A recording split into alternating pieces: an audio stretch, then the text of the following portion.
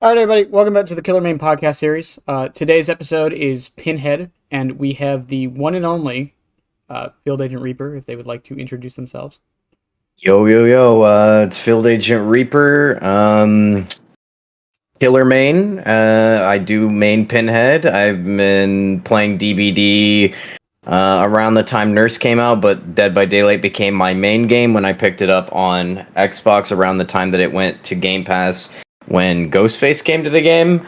And I currently have about probably somewhere around 8,500 hours in the game, so I'm getting pretty close to that 10K, to that fat 10K. It's always Ghostface. Why is it Ghostface? I don't know. That just happened to be when it came to Game Pass. I remember seeing it pop up, and they're like, "Hey, would you like Dead by Daylight for $1 on Game Pass?" I was like, "Sure, why not?" You don't. So Do you play on Steam? yes, Oh, okay, all right. All right. I was kind of hoping I found someone else who plays on Windows Store for once. no. I play on Steam. Yeah, now all my games are on Steam now. I'm basically a Steam exclusive gamer. I mean, there's a couple of games I play on Windows Store, but that's mostly just because like the deals were better at the time, and I was like, I'd rather just or somebody gave me, like my friend Fox gave me what's it called, Sea of Thieves on Windows Store. Yeah, I play Dead by Daylight on Windows because Game Pass, it's free and everything's 10% off all the time. Yeah, that's true. Yeah, that would be a good deal. I have no reason to switch, even with cross progression, which I heard there's been some issues with that now. There wasn't on day one.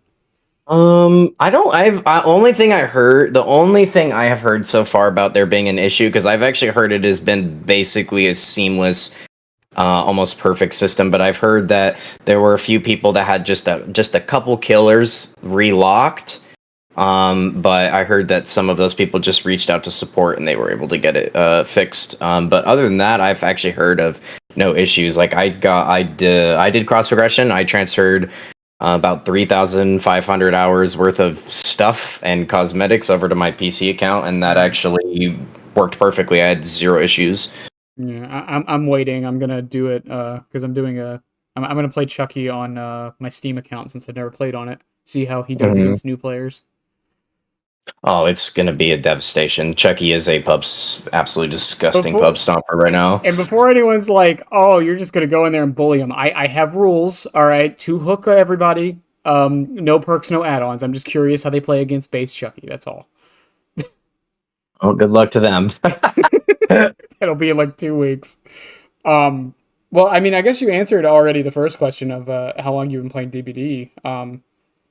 But was it really just Game Pass and Ghostface that kind of got you into the game, just because it was on sale? Well, not well. I mean, so the first time that I played, because the thing was, back when it first came out, I didn't have my own PC and I didn't have my own Steam account. Well, I might have had my own Steam. No, I think it was around 2017. I can't remember when I made my Steam account, but I didn't have my own computer. So the only way that I could play it, and I didn't play it very much, but I played it, every once in a while, was on someone else in the family's computer. Um, and because for the most part I was a console player, but the game seemed cool because the reason is I had seen some YouTube videos about it, and I started playing. Literally, the first time I played it was right around the time that Nurse got added into the game.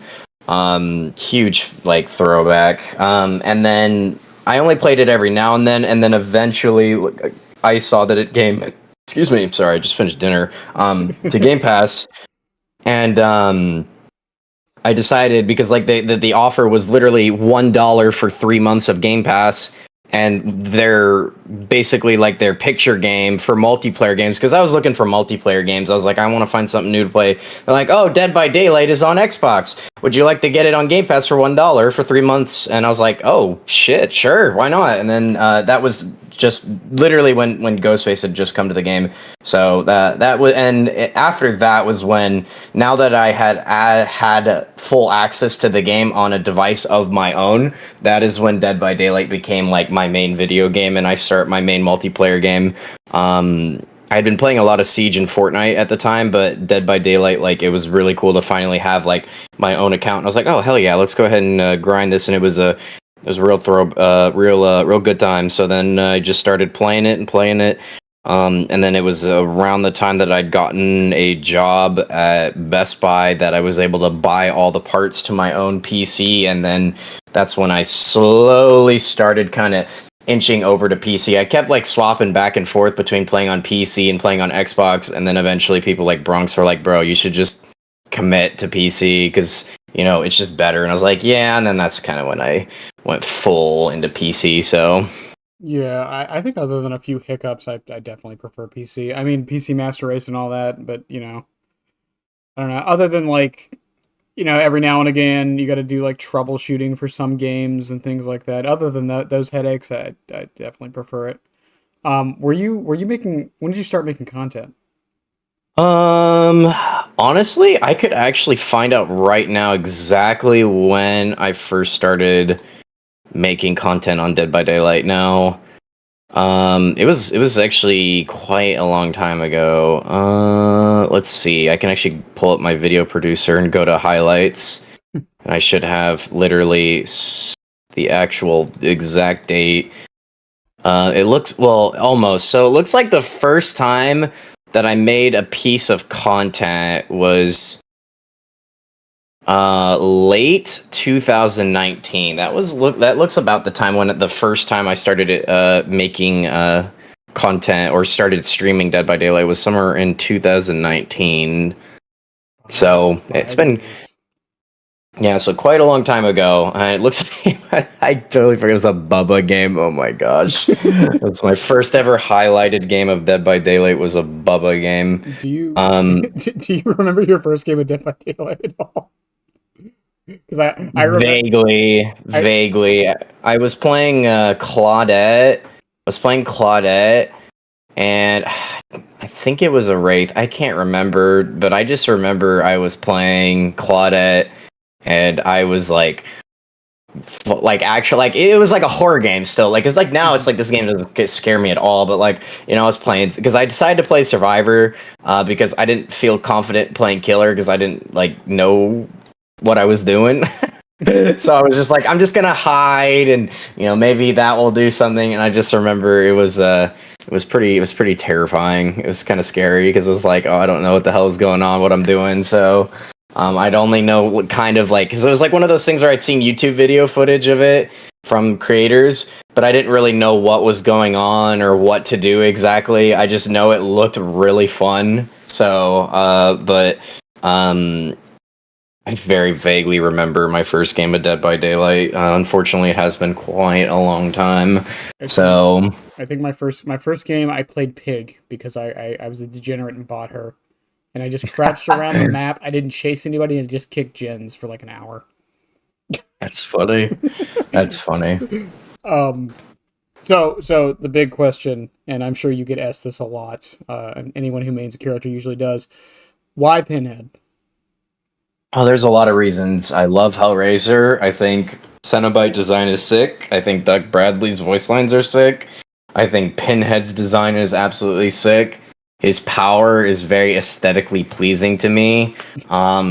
It feels like something. So, a lot of killers in this game, it feels like you are fighting against a wave. If you're playing like I like to call it man with knife, so like Pig or Ghostface or Myers, someone where it's just W key mind game, try to get an M1. Maybe they have some sort of like a niche M2 like Pig or something, but for the most part, it's M1 gameplay. You're kind of fighting against a wave, but Pinhead feels like more like they're fighting against me. I'm not fighting against them, they're fighting against me. Because, I mean, he was always one of those killers. Like I said, I don't think I have any clips or anything anymore, but I remember like literally back in like 2018 2019 somewhere around there, people because I mean this is something people still ask people all the time, like, oh, what killer do you want to see in Dead by Daylight? And this was years before Pinhead was even added, and I was always like, I think it'd be kind of cool to have Pinhead from Hellraiser in DBD. I don't know what his power would be, but I think it'd be sick. Like, I mean, he's like obviously one of the most iconic killers, but when they added him, he seemed really like obviously when he first came out and nobody knew how to play him correctly, he was really, really hard. After that, like, first like day or two, you just stopped seeing Cenobites, and I for some reason I kept finding myself kind of, leaning back into him, trying to like practice and see if there's something I'm missing with the killer. Because a lot of people were just like, wow, this killer's just trash and stuff. And I'm like, I feel like I can work with this killer. Plus, he just seems really cool. I like the box mechanic was sick. And then eventually I just kind of found it felt like more like like using his power was like using like an extension of my arm or something where like I'm reaching out to grab somebody. I'm not fighting against the map nearly as much. Like, you know, some killers where they have to do things that are like almost setup-y, or, you know, you're fighting against terrain. You're quite literally reaching out and grabbing somebody.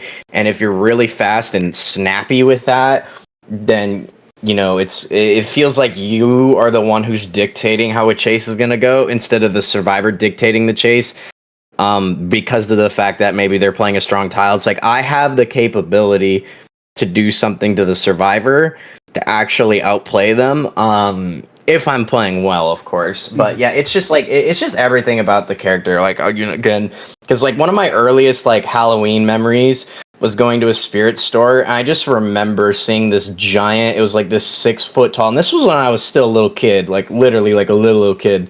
I remember seeing this 6 foot tall like Pinhead statue. Like this was back when, you know, Hellraiser stuff was still a lot more common in spirit stores. You don't see that much Hellraiser stuff anymore. But when I was a little kid, you know, there was still a lot of that stuff at spirit stores. So I just remember like there was like a 6 foot tall Pinhead decoration statue in the store, and I thought it was he looked really creepy but kind of cool. I was like, damn, that looks kind of sick having all the pins in your head. I'm not sure what that, like, you know, I hadn't watched Hellraiser by that point. I just remember looking at that and I was like, I wonder what the reason for that is. Like, because I knew that with you go into a Halloween store and there's lots of like gore stuff, but I always wondered. I was always very curious about the design, but obviously now I know, you know, that's a whole Cenobite design is, you know, self-inflicted pain. But yeah, it's just the aesthetics, the power is fun. I enjoy it a lot. It feels very fun to use. It feels a lot more responsive than a lot of other killers and stuff. Like, I mean, I like a lot of the killers in the game, but you know, that's just kind of why I like, you know, kind of just like a rundown of why I like Pinhead. There's just everything, literally everything about it, from the lore, because he's part of the Hellraiser universe, to Doug Bradley. His voice lines are sick. His power is very fun for me. He's also, I think another reason is he's niche. He's not like Blight. He's not like Spirit, where you see a ton of them all the time. He's not like Huntress, you know, where you quite literally see one every other game. He's a character where when people see him, they're like, oh, that's really rare, you know? You don't see a lot of people play that character. And a lot of people, they're like, damn, you don't see any Pinhead mains. I'm like, yeah, man. Because like I'm one of the few people that actually spent the time to, you know, learn this character and actually really try to get good with him. And that kind of makes him more appealing to me in a way, because like I'm in my own little corner with my killer, and I'm not playing, you know, a killer that everybody plays. I'm not playing Wesker, because like I feel like that's why I got so much attention for playing Pinhead. It's because it's like, dude, nobody plays this character. Like I go into a killer stream and it's Huntress, Wesker, Blight, Spirit, Nurse, Wraith. It's the same like 6 or 7 killers, and it's like, dude, you're playing a killer that like no one plays at all. Like, you know, you have a couple content creators that say they main Pinhead, but you just don't see them making that much content. And then you see, and there's like someone like Dead Plays who plays a lot of Pinhead, but he's not even a P100 Pinhead. So people are like, dude, you're a P100 Pinhead? Like, not like Dead Plays isn't even a P100 Pinhead or something like that. So it's like, yeah, man, I love this killer. He's fun. Dead Plays is a weird one because I have been. One, he doesn't main anybody. It's kind of his whole thing. But every time he gets brought up, everyone's like, "Oh no! Dead Plays is a clown main. Actually, he's a Pinhead main. Actually, he's a Xenomorph main. Guys, he can't main 4 killers. That's not. That's not how this works." I just see a lot of it like pop up in my YouTube feed of him like Pinhead videos. Like I didn't actually know that. I thought he was a Pinhead main with how many Pinhead videos I've seen him put out. But hey, you learn something new every day, I guess. He's, from what I understand, he's basically just a killer main who posts content on like every killer. He probably has a few favorites, but like doesn't necessarily. Yeah, he's got a main rotation. Yeah. I mean, like Singularity is my secondary character. It doesn't mean he's my main, you know? Yeah. It's like me, like Deathslinger's my second main, so. Yeah. Uh, I will say it was kind of odd for you to say you wanted Pinhead in the game because not like as a personal attack, but like in the sense of even back then I didn't really hear him brought up that often as like No, he wasn't somebody a lot of people talked about, but obviously like people thought of him because they had Myers, they had Ghostface, they had Freddy, they had Bubba, they had Pig. So obviously a lot of people brought up the topic of like, oh, Jason, or I mean, who else? Obviously, like any sort of like classic Chucky. And then, for me, I always like, because like this is obviously back then. I was like, I don't think they'll ever add Chucky. Like, how would that even make sense? Because obviously nobody knew how he would do the hook picking up. Obviously, they came up with a very clever way of doing that by using Charles's ghost to basically pick up Chucky and the body at the same time. genius. But for me, I was always like, dude, I think Pinhead would be sick. Like, I mean, he's just a tall dude. I don't know what he would do, and I was like, obviously, maybe something with hooks or chains. I'm not sure exactly what, but that was his whole thing. So I was like, that'd be kind of cool. I don't know what they do, but I always said like it's one of those things, like where we're like, oh, Jason would be cool, but we don't know what we would do. We'd have to see what the devs would cook. Everyone keeps saying, oh, but he's just Trapper. I'm like, dude, he does more than that. Like, have you guys not watched the movies? Remake. Just like, make him the remake Jason. They could do that. Yeah, there's a lot of stuff they could do. There's, I feel like, I mean, again, just look at Friday the 13th, the game. Like, he has like a teleporting ability. He has like a silent step ability. Like, to say that he's just Trapper is just like Trapper is a guy with bear traps. Jason Jason is not a dude with bear traps. He is a guy that is a huge issue who has some mystical abilities. There's literally 13 movies for them to work off of. Exactly. Exactly. There's plenty of reference points. Exactly.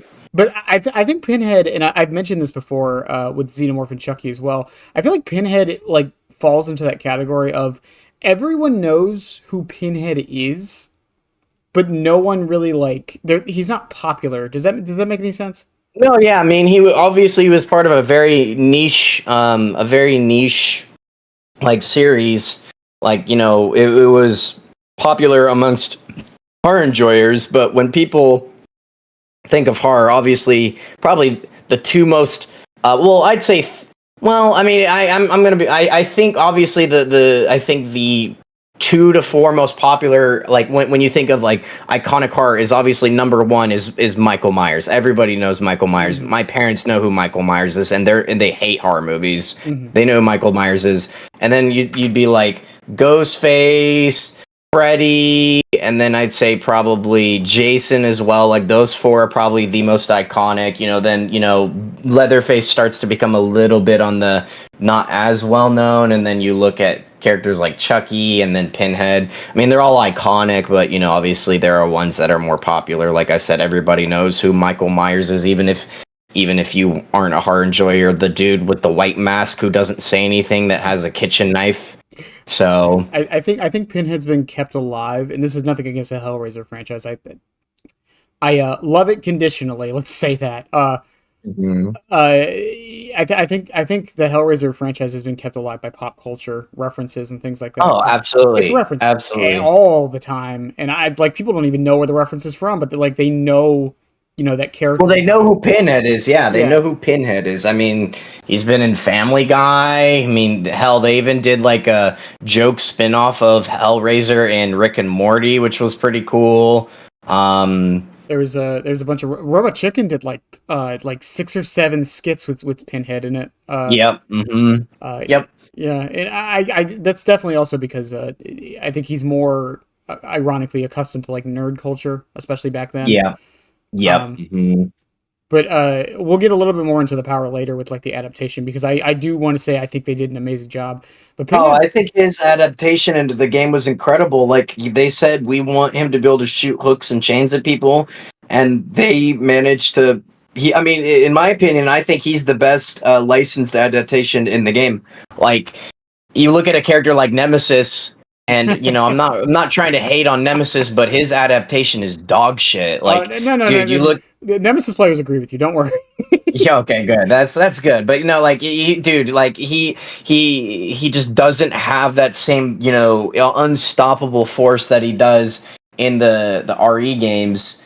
But then you look at someone like Pinhead, and it's like, dude, like he literally teleports to his box like in the movies. He has the chain hunts that are basically like him throwing chains at everybody. He has his own ability to shoot chains at people.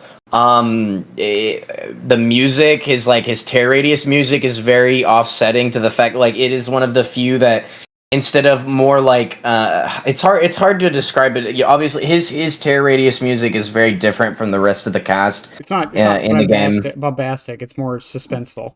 Yeah, exactly. So which kind of fits his theme. Like he's not, I mean, he is an unstoppable force, but he is something that like you get scared of when he starts coming near because like, he's very calm and composed. Like he's not a fighting character. He's a composed killer, if Mm-hmm. that makes any sense. Mm-hmm. Just the way that he walks around, like you look at certain characters that are sprinting and running, and he's quite literally walking. Yeah, So he's more calculating than the rest of the cast. mhm, Most of the cast. exactly. Um, Hmm. but yeah, and he Pinhead was also like the start of because I mean we've had Pinhead, Chucky, Xenomorph. Is that is that all the licensed killers we've had since Pinhead? I feel like I'm missing one. Unreal. Unreal. Yeah, but I feel like Pinhead was the start of them, especially getting the adaptations like perfect.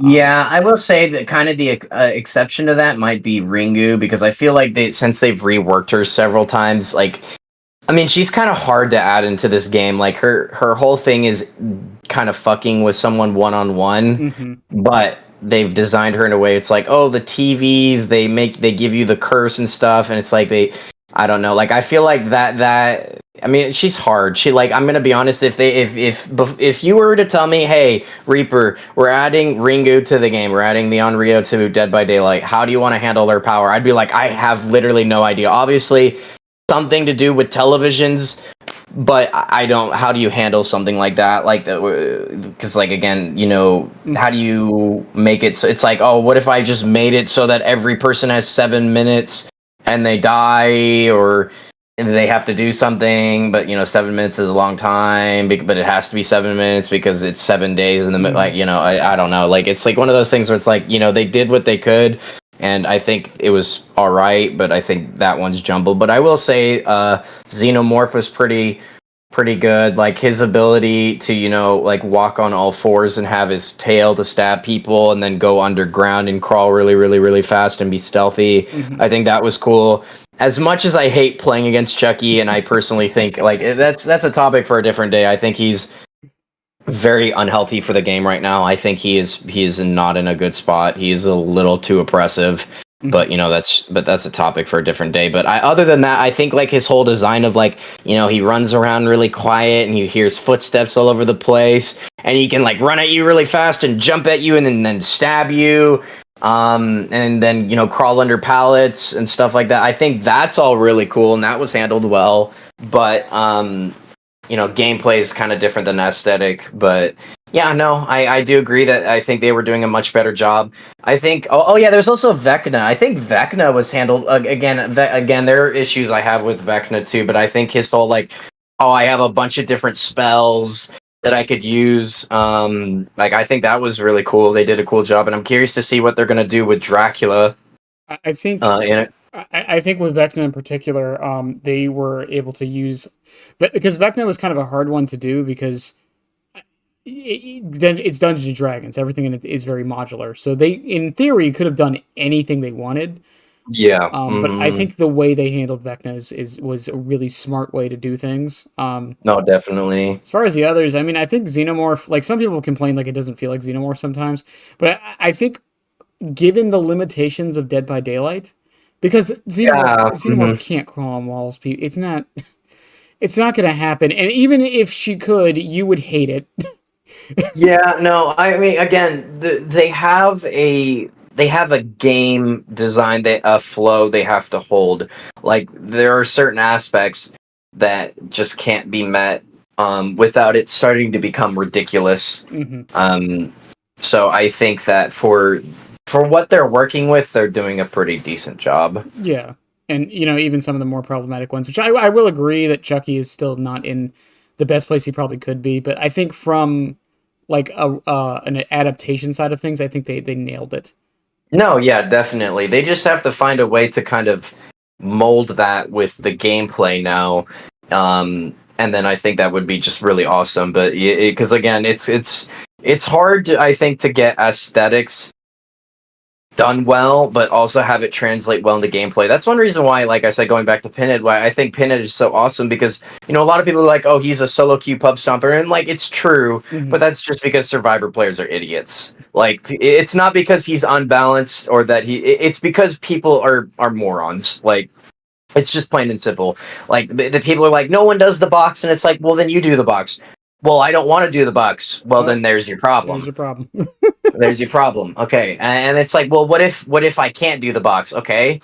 Then someone else should. Well, what if no one else is doing it? Well, then I'm sorry to say, but then you kind of deserve to lose the game because if you guys aren't playing well, then that's kind of the Pinheads, upside. If people are being silly, then they're gonna get punished. They're by, gonna get punished. by that same logic, that would mean Trapper is annoying because, oh well, you should go around and just remove his traps. Okay, what if no one's doing it? Well, then you go do it. Well, what if I can't do it?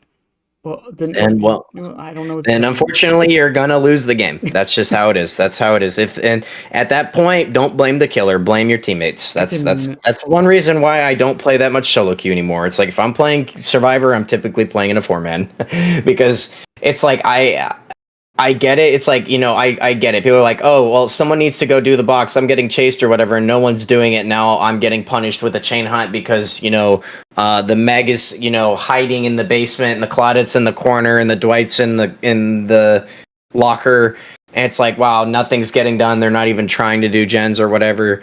But it's like at that point, that's Survivor players playing poorly, and the killer, that's it's like saying it's like, oh, I'm playing Call of Duty and my teammates are feeding the other players their kill streaks. I can't do anything. It's like, yeah, because they're playing poorly and the other team is playing better. So they're going to win. That's how it works. It's a team game. Yeah, it sucks. It sucks. Like it sucks when you're the on the team that's getting, all the AC 130s dropped on them and stuff. But like that's just how it is. Like if you are not if the you as the player are part of the problem and not rising to the occasion, your team is going to suffer and you're going to lose. But a lot of people will turn around and say, well, Pinhead is unfair for solo queue. No, your brains are unfair for solo queue. Maybe Okay, play a little bit smarter, I, just a little bit. I mean, I hate going up against Pinhead and solo queue, but at the same time, like I've said this many, many, many, many, many times. As much as I hate going up against him, I will still hold on to the fact that I think Pinhead is the best design killer in the game. Yeah, I mean, I would agree. I mean, I'd say there's like a couple that are up there too. So like, it could be like, I think Wesker's really well designed. Mm-hmm. Um, other than some of his issues and such, like I'm trying to think. Like, Oni I plague. mean, yeah, I like other like there are the niche things about them that I dislike, but I think Oni obviously is very well designed. The only thing I really dislike about Oni is again it's the solo queue thing where when you have your one random or two randoms that feed him his power very Mm-hmm. very fast, and the Oni is very very good with his M2.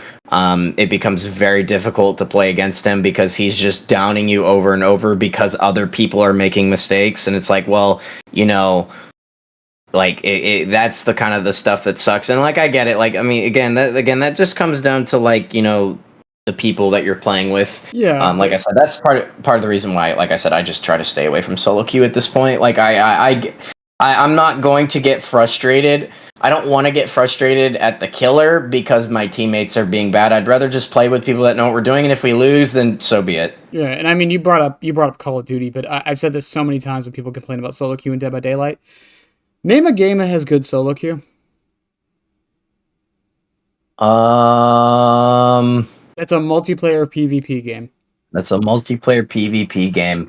Um, Hello Kitty Adventures for the DS or something like that. I don't know. No game has good solo queue. That's a multiplayer PvP game. Yeah, PvE I know. games, co-op games tend to because those games kind of trick you into working together. But because of how people usually treat multiplayer games, everyone wants to be the hero. Everyone wants to be the main character.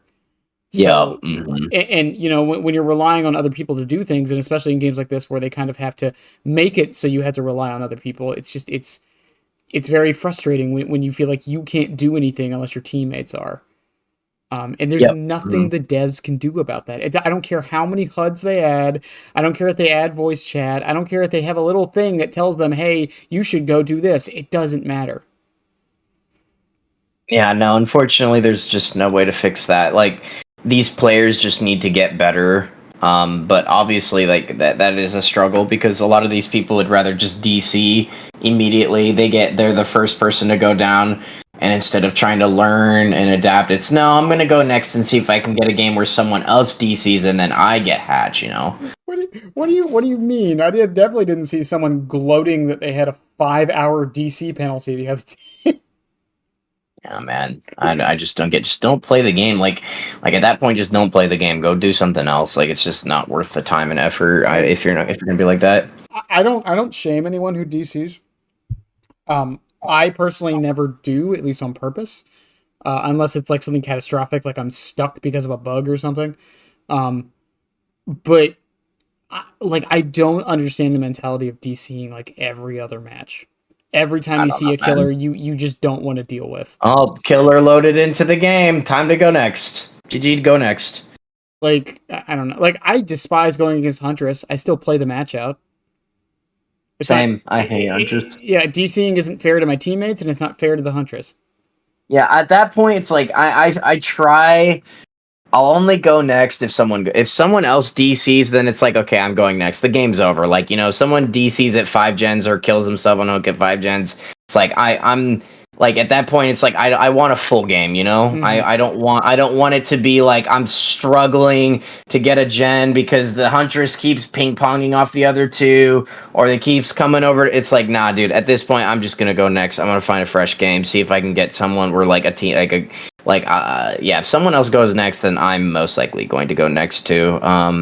Because especially if it's early enough in the game, because it's like it's not worth it. It's just not worth it at that point. Fair enough. That's understandable. I feel, but I feel like if you load into the match, you hear Skull Merchant's terror radius and immediately DC.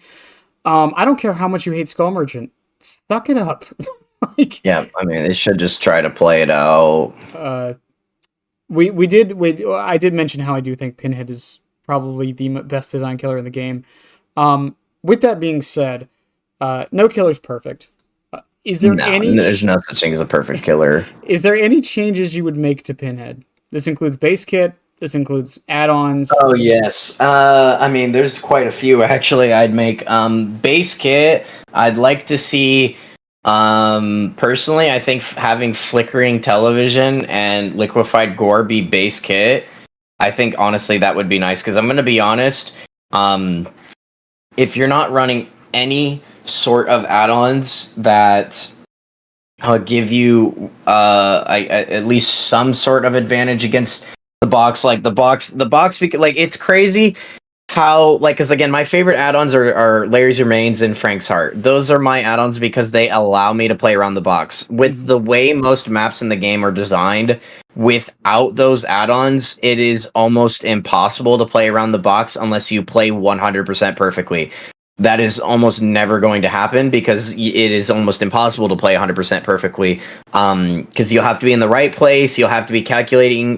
There's just too many random factors. So I'd like personally those add-ons to be base kit. So an extra 4 meters on his reach and an extra 1 second solve timer on his box base kit.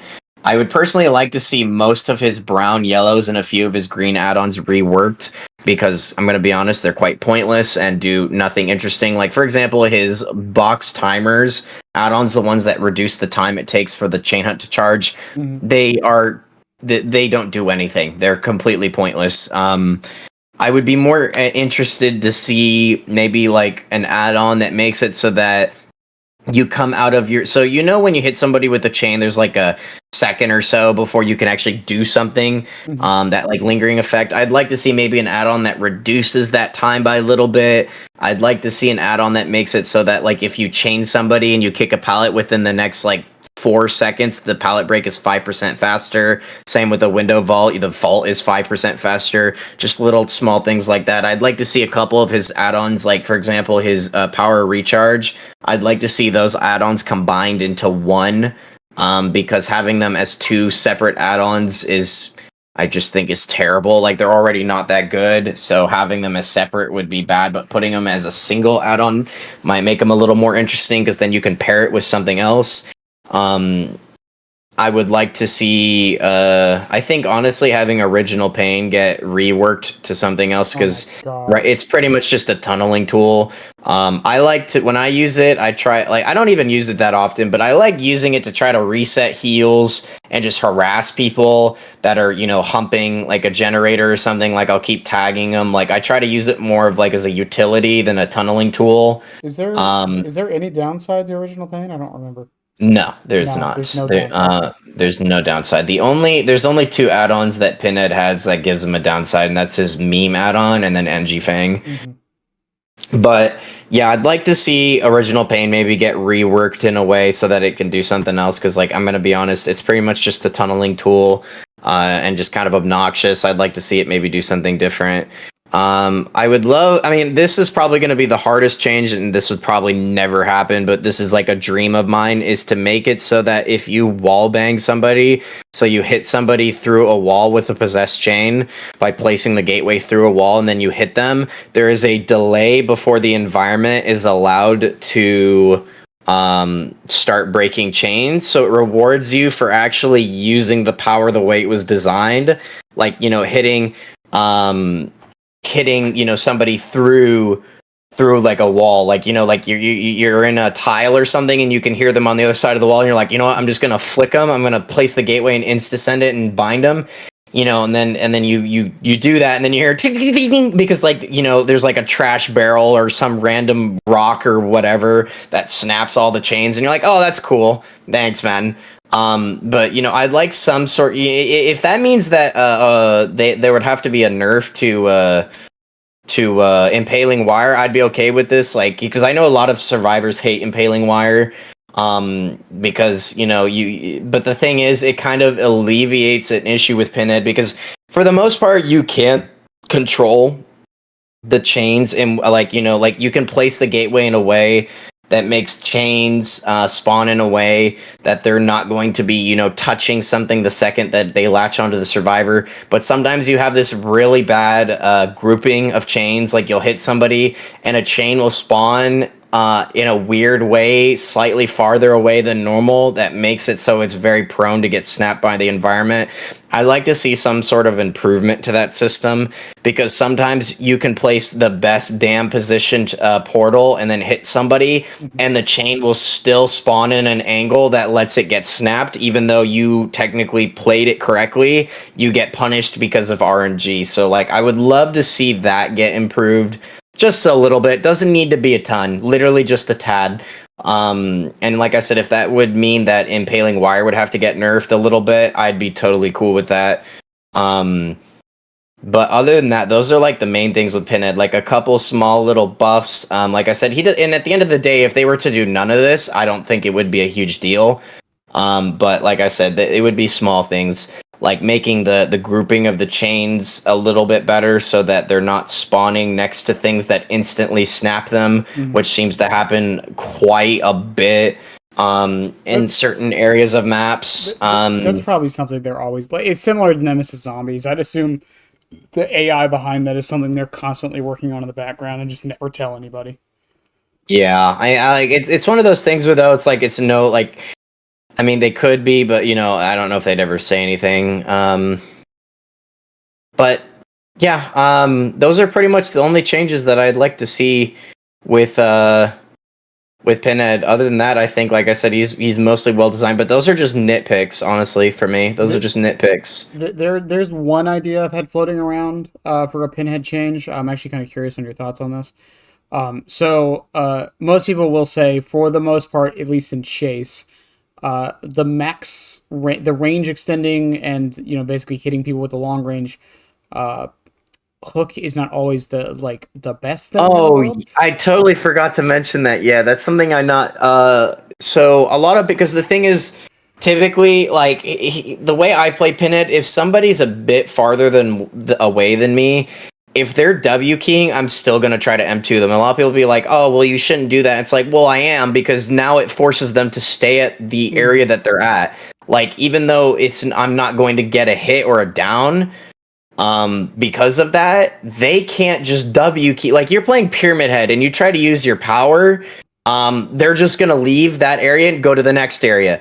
And if they can tell that you're still far away, they're gonna go to the next area. If I'm hitting someone as Pinhead with my chains, they're staying there. Yeah, And if they W key again and they're like, no, I'm gonna try to W key again and I'm not gonna play a time, I'm just gonna W key, I'm gonna hit him with another chain and then they're gonna get hit. yeah. So It's like a clown bottle. It's like exactly, yeah. exactly. Um, Now personally, I think it would be okay depending on the range. I think because you have to be careful with that because like I said, that's one of those things where a lot of people are like, it's not a good idea, and then I'm like, no, it is a good idea. You just need to know when to do it, like when and where, because there are times where it will benefit you and times where it will not benefit you. It just really depends on what the person you're chasing is doing.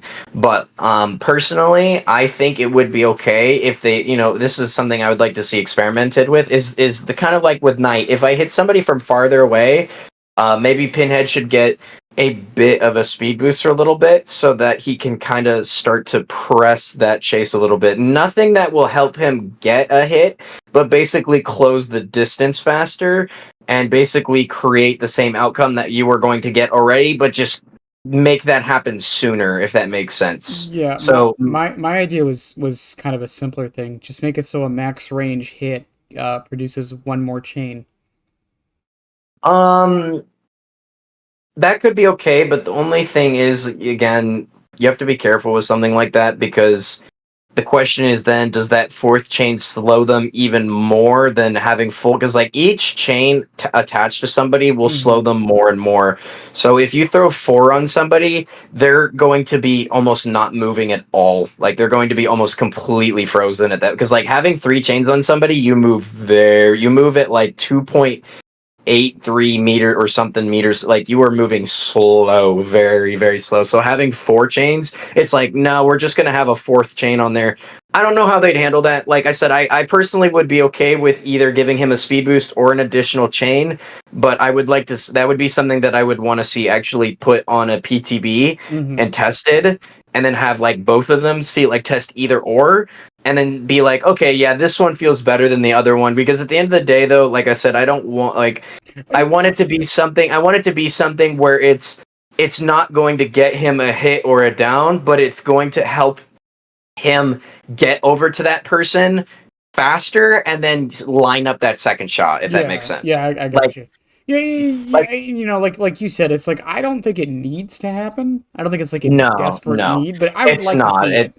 That's all. Yeah, I would be okay with that. Like I said, if they wanted to test that and put that in a PTB, test them both, I'd be totally cool with that. I think that would be interesting. Um, it would definitely, I think it would definitely make using his power from a bit farther away a little bit more interesting. So, I mean, at the end of the day, that's something I'd be okay with. Mhm. But yeah, no, I'd be okay with that. The next part of this too. I've been adding this in here because I think it helps the conversation a little bit. But Pinhead's teachables, because this is something no one ever really talks about with killers anymore. Is the Um, teachables that come with them? Yeah. yes, Well, yeah. No, I think right now most of them are perfect. I think Deadlock. I mean, I get why they nerfed Deadlock. I think 25 seconds is all right. Honestly, I don't think it should go any lower than 25. I think honestly that's okay. I think Um, considering it didn't have my problem with Deadlock, and I say this as like I didn't think it was a problem perk, but my problem with it was it was a perk that just worked. no, yeah, no. I think the biggest problem with it for me was killers like face camping Bubbas that would get Mm, somebody out of the game immediately, and they would use perks like No Way Out, Corrupt, and Deadlock to basically just give them as much time to get that early kill yeah. at a high amount of gens.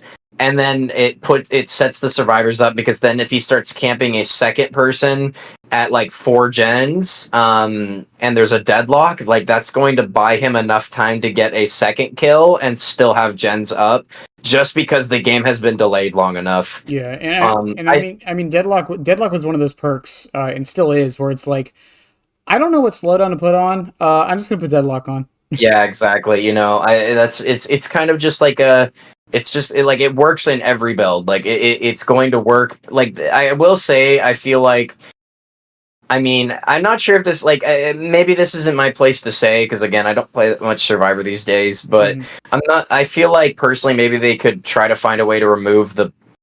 Oh, I don't want. Like, I guess you could call it an exploit where you pop 2 gens at the same time and ignore deadlock. Like, I feel like people could make the argument, oh, that's a counterplay, and I'm like, well, let's be realistic. That's not intentional. The devs definitely did not intend for that to happen, but it's something that you don't really see get talked about. Like, I feel like maybe they could probably remove that, but again, maybe I that's, like I said, that's not really my place to say right there, because I don't play that much Survivor. So, um, I think it's fine because even in a coordinated team, I don't really see people do it that often. yeah, it's kind of hard to do. And yeah, it is also like it's. I think you have like a half-second buffer or something like that. Mhm. So it's. I feel like with how specific you have to be and how much coordination is required for it, I think it's fine. Yeah, yeah. Like I said, it could be just a place where I don't. That's not really my place to say. But other than that, I think his other. So the thing is, like, I will say right now, Hex Plaything, I think is perfect. Is one of the best designed perks in the game. It has counters to it, but it plays a very specific role. Hmm. And I think is a very fun hex perk. It's not something that you have to worry about just losing off the start of the game, and then you Hmm. don't get to use it again. I think I would love to see more perks like Hex Plaything. Um, Maybe not designed exact, but in like the designed aspect. I think Hex Plaything's a great perk. I love that perk. It's very interesting for a lot of killers, Yeah, and it can fill a lot of different roles. I think we saw or starting to see that more with hexes as of late because like Face of Darkness and I mean we can argue if two can play is even worth running, but um, the fact that the totem doesn't light until it's activated. Exactly. Yeah, I Also, think that's huge. I didn't even know this until recently. Did you know it can relight?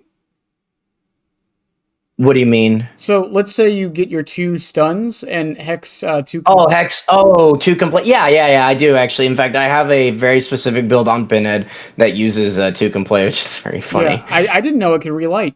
I didn't know Yep. that. Yeah. Um, Once it's broken, you just need to get stunned twice again for another totem to get lit up with it. yeah, yeah. It suddenly makes So, sense why it wasn't just one stun now. yep. Um, Yep. and then what was the other? Face the Darkness. I think was some. I've heard some argue it's not healthy, but I think Face the Darkness is It's fine. the only arguments I've heard for that, and I think they're weak arguments because it's kind of like other perk issues, is the way that it synergizes with certain other perks. Personally, in a way, like maybe, like I said, maybe one of the big things they could do is make screaming not interrupt certain actions. Hmm. Because again, we saw issues like that with Pig with the jigsaw boxes. I thought that was very problematic. To be able to like get somebody off a jigsaw box when they screamed with a perk like that, I think that was very problematic. Hmm. Um, With Pinhead in his box. yeah, and certain stuff like that. But even that, like that's like a much like more rare situation, to be Yeah, honest. Like I had a build with that, but like you didn't see that very often. Like I it was one of those things when it happened, it was like, oh shit. But like it's really like again, like a 6 second solve time or an 8 second, like 8 or 9 second solve time, and it's a 25 second cooldown. Yeah. cooldown. So pretty much what you do is you wait to scream. Like if you're really scared you're gonna get interrupted, you wait to scream, and then once you scream you start solving after, and then you have 25 seconds Hmm. before you'll scream again, which is a very long period of time. Yeah. But I like that perk too. I like that perk a lot. I like I said, I think Hex Plaything was a great perk, and then there is Gift of Pain.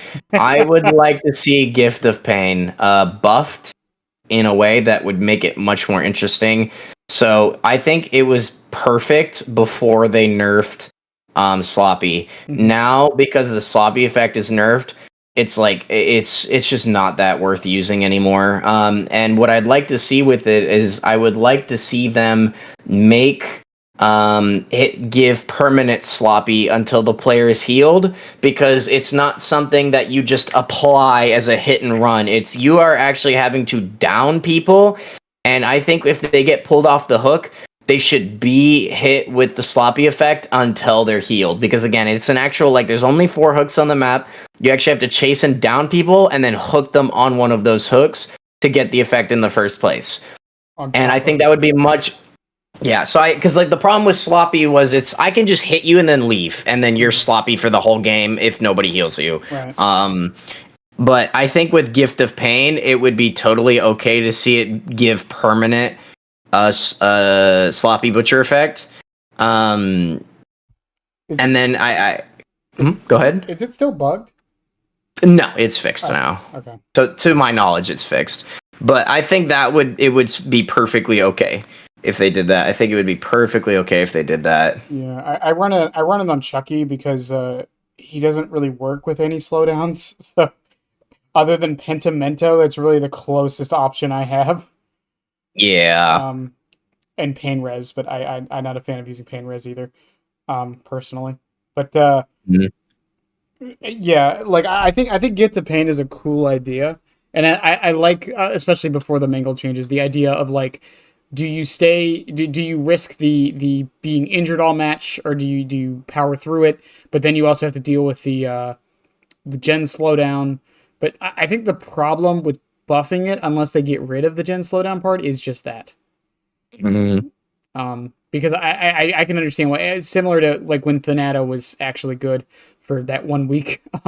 I could see it being very frustrating if they buff it too much on either end of its spectrum. Mhm. Um, and I think the issue with it is honestly it's also a scourge hook, Yeah. which makes That's why. Yeah, it's like it's one of those things. But that's why I'm like, I think if they were to give it the permanent sloppy effect, it would make it interesting, because it's like, oh, okay, well, I mean, obviously my choices are, use sloppy that just lets me apply it every time I hit somebody, or I give it, permanently to people I'm able to get on a scorch hook. I think that, like, I just think that would be okay. yeah. Like, Well, you're not everybody's gonna have that, and then again, once they heal, then they get the debuff. yeah. And on top of that, like if it ever did become a problem because of that, I mean they did just buff resurgence. True, very true. Will make it still exist. Desperate measures exist. Like there's so many things that help the survivors reset. I feel like it wouldn't be that big of an issue. Hmm.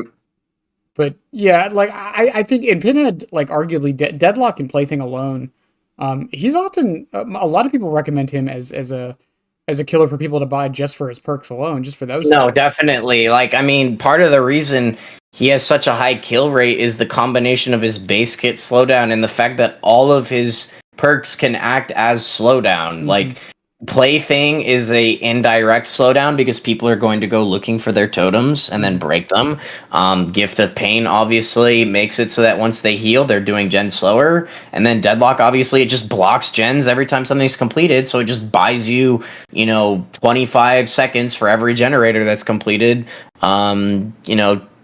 to complete the game. So, Yeah. or before the game is completed, I mean. I mean, Deadlock also does a lot for. I mean, it's general slowdown because it buys you some time. It gives you information because now you know. Okay, that's the gen they were working on, and you also know this gen with 50% is the one with the farthest progress.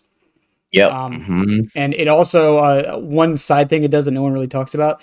Uh, it it kind of alleviates some stress when you're playing killer because like you're not hearing the boom boom boom like 3 times in a row Yeah. when Yep. if you run Hmm. Deadlock, which is a small like that's why back in the day I didn't run Tinkerer. Yep. Hmm. Tinkerer was anxiety inducing. I don't care I don't care how good it was. It was anxiety inducing hearing that shit go off every 10 seconds. Um, but yeah, I don't think any of them really realistically need to be changed. I would love to see them play around with Gift of Pain a little bit more. But Plaything and Deadlock, especially after Deadlock's little nerf it just had, I think they're all in a perfect spot, really. Hmm. Um, but speaking of perks, leads us into the next thing, and you've done an entire guide, so this is probably a redundant question to ask, but Is there a particular build that you run like most of the time? I am switching my builds every so often. I'm always experimenting with Pinhead. I will say probably like my favorite build is what I like to call like a hands-free build. So I just play and the perks just work. So I have barbecue. So obviously just gives me info like, it just gives me info on top of something I'm already going to be doing. Hmm. Surge, like I'm just going to be downing people the whole game, and then gens nearby me are just gonna blow up, so I don't need to do anything there. Rapid, which I'm just gonna get a speed boost whenever I hit people. I'm not doing anything. I don't need, to do any particular thing to get the speed. I just get it. And then I think my last one. What was my last one? Oh yes, brutal. So I'm like every once in a while I'm gonna be kicking pallets, like, but again, I'm not doing anything. Like I'm just playing, and the things that I do are just rewarding me automatically, and Hmm. then I don't need to do anything else off that. So, It sounds very similar to my brain off singularity build, which mm, is save rapid, brutal, and barbecue. yep. But no, that's probably like my favorite build to run again because it's like it's just hands free. Like it's like, oh well, why not run pain res off your surge? It's like, well, I mean, then it's not brain off because I'm having to try to drag people over to pain res hooks, and it's like with surge, it's just I'm just downing people and getting that slowdown automatically. I don't need to go hunting for hooks. It's I'm just downing people and hooking them, and things are happening. So I wish Surge worked on M2s. yeah, but no, uh, that's one reason why I love Pinhead is he just works with everything. You can use yeah, everything on him. yeah. I mean, because his M2 is more of a utility tool, not an actual like. Yeah, it's not downing people. Yeah, I mean directly. I mean, obviously it leads to downs, but yeah. Um, so the next question is a bit more esoteric, and the hot fix went out today for the gen bug, so hopefully I don't have to mention that this time. Uh, the state of the game in general. Um, do do you think the game is in a good spot right now, state wise? It's hard to say because like it's better than what it used to be, but I think it has I think it's that's such a hard question to answer because like I think it is and it isn't at the same time. Like there are things that has improved upon, but there are like new. It's kind of like a Hydra thing. Like you fix one issue, two more issues come up. Like they're fixing them real fast, but more issues just keep popping up. So it's just a constant battle. Um, so like I just think that is one of the hardest questions to answer because like some people could say yes it's better than it's like I mean obviously with the bugs it's not been very good, but I mean they're fixing those, like I mean the only way we'll ever see that get fixed is if they like just rebuild the game Hmm. from the ground up with new coding, but that's something we may never see, so it's like I'm not keeping my fingers crossed for that. Hmm. um but I mean, I think like balance wise and like perk design wise and killer design wise, with a couple exceptions here and there, and even like they're like listening to the community a lot more often. I think the game is because I've only been playing for 4 years, but I say only as if that's not half the time this game has been alive. Uh, I think the past year or so has been the best time for this game since I started playing. mhm. Like I said, with a couple exceptions, the Twins rework that flopped completely. Chucky on release, anyways, and even now to a degree. Um, some of the perks they've released have been questionable. Have you seen specialists at all in your games? Ooh, specialist. It's the one of the new Laura Croft perks. It's the Gen one. No, well, other than people going for adept, I have not seen it at all. Yeah, No, I really think all of us thought it was going to be a problem. I haven't seen it much either, personally. no, it's like yeah, no, it's the thing is like it's not bad, but like there are perks you can use that are just going to give you, I guess you could say, the same results faster. Yeah, I think people had the. I think people were like treating it like the boogeyman of like Swifts were gonna run it and like coordinate where every chest was and B and P a gen for free off of it and get like a commodious toolbox from one of the chests, and then it would like ruin the game. But there's a lot of RNG involved to make that happen, I feel. Um, Mhm. the chest spawns would have to be perfect. you had to that person looking through chests has to pray they're not the one who gets found.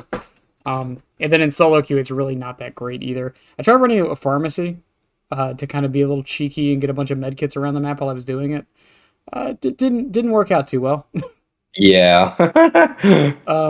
Mostly because I suck at grade skill checks, but that's besides the point. Yeah, besides the point. But yeah, I mean, I mean, like Vecna. I mean, he's been a little controversial, but I think for the most part they did a good job with listening to community feedback. I think they did a bit of a knee jerk on his nerf like a week after he came out, but Yeah, but I'm gonna be honest, I feel like that didn't really change anything. He it plays didn't. exactly the same for It me. I've had I was gonna say it didn't. I think for me it was more like you guys couldn't let it sit for like a couple weeks before you did this. Okay. Yeah, I will say though, like I've been playing against more Vecnas when I have played Survivor, and I will say there are things I really, really do not like about him. His being able to insta tap somebody with skeletons, Mm, like it feels fun when you're the one on the killer doing it, but if he like you're pretty much just guessing when he's gonna it becomes the death slinger thing all over again. It's like you're gonna guess when he's gonna do it. Like he could be looking like he's lining it up and you're like, oh, I'm gonna crouch. Oh, but now he gets to just walk up to me and hit me. And then not to mention there are certain situations where with Mage Hand, it's like, oh, I'm so fucking dead here because either he's gonna block it or he's gonna pick it up, and no matter what happens, I get hit here. yeah, Um, it's the counterplay to it is similar to when Chucky had Scamper. It's just don't drop the pallet, just keep running.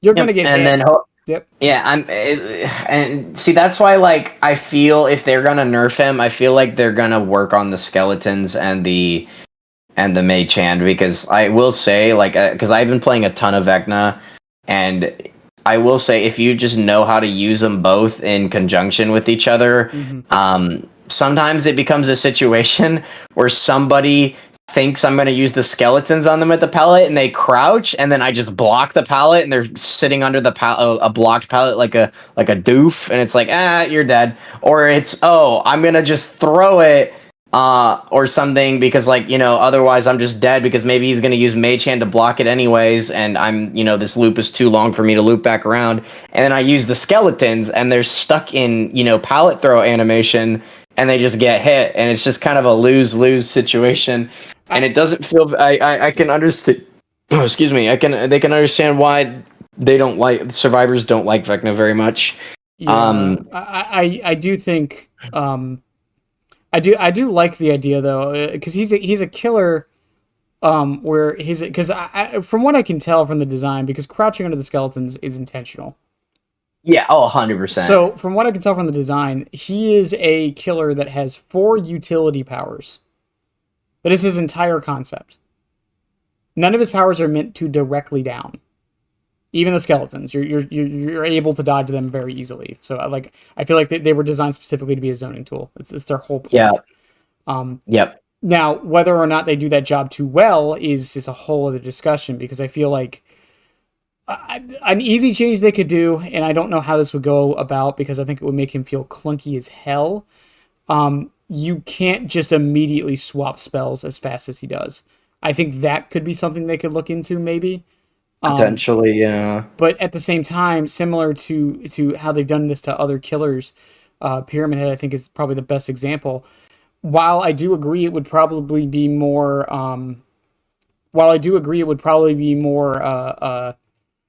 what's the word I'm looking for? More healthy for this on the survivor side.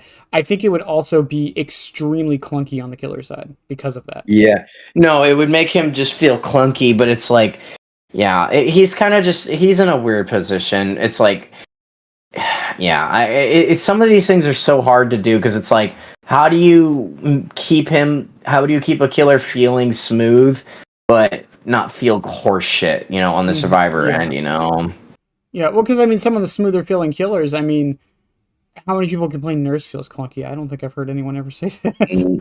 No, I mean the only clunkiness that she has is the same issue that Pinhead has that I absolutely despise, and that's if you place your blink/portal directly on top of a survivor and there is a floor above or below the game will go, oh, I can't place this on the survivor, you fucking idiot. I'm gonna push it upstairs or downstairs, and then you're gonna get cocked. And it's like, cool. Thanks, man. Appreciate it. Like, that's one of my biggest pet peeves with Pinhead, and I want them to change it. I want them to make it so that you can place your gateways directly on top of people and not have the game go, fuck you, I'm going to move it up to the floor above the survivor or below the survivor. Like, it's like on the game, like I'll be chasing somebody downstairs and I just happen to have a perfect placed gateway on their body, and the game goes, nah, and it pushes it upstairs or it straight up cancels it. And I'm like, oh, cool, thanks, man. So I hate that, and I want them to change that so bad. Just make it so you can place gateways on top of people, and not have the game basically say you can't place it on the player. Yeah, I mean, because like they nerfed Chucky and got rid of his scamp. Well, some would call it a nerf, some would call it a buff. They got rid of Scamper, and I was like, I think that's probably the best solution because if they what they did was like it takes forever to do it or something like that, or like you can't M1 immediately afterwards. I think I would have hated that more because it would have been Yeah. it would have just felt clunky. It just wouldn't have felt right. It's like why can't I swing right now, or like why does this take 5 seconds? Like um from a balance perspective, I understand it, but from like playing it, it just, and I think that's one of the problems this game has with a lot of its killers is just it's very difficult to make something feel good for both sides, Mm-hmm. Yep, that's the struggle. and it's a struggle they're gonna have till the end of time, unfortunately. And no one's ever gonna be happy. It's never gonna happen. Yeah, unfortunately not. Nope. But like bugs aside, because I think that's an inevitability with most games, but especially this one. It's kind of something I've just accepted at this point. Uh, I really do think the game, like, I think this game is going to be completely different in a year. Um, we're not going Yeah, to it's gonna notice. keep. Go on. No, things are gonna. I mean, I actually literally yesterday I was watching some of Monto's old videos, kind of like for nostalgia. Hmm. Because I remember watching a lot of his videos back in the day, and the game is already completely different than then. Like, it's changed. Like, it's gonna keep changing. But yeah, like you compare DBD back then to now, it doesn't look the same, doesn't feel the same, doesn't play the same. Like, it's just different. Yeah, and I mean, I think a lot of us forget that because we're playing it every day.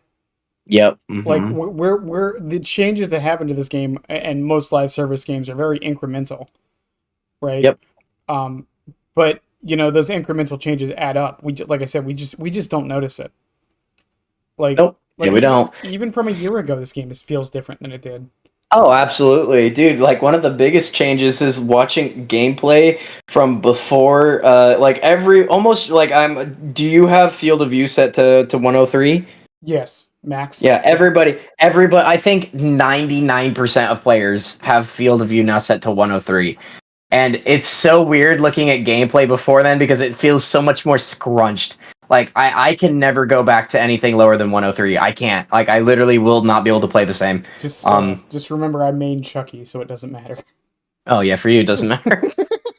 But no, yeah, it's just a completely different thing. Like, again, you don't even need that perk anymore to, like, the field of view is just available for everybody. Again, the devs are finally experimenting with new game modes and stuff. Like, literally tomorrow we're getting Yep. 2v8. Yep. Something we have been asking, like, people, I remember, 5 years ago people were asking for that. And we had the same game mode, and like I said, they've been experimenting, which I'm happy about.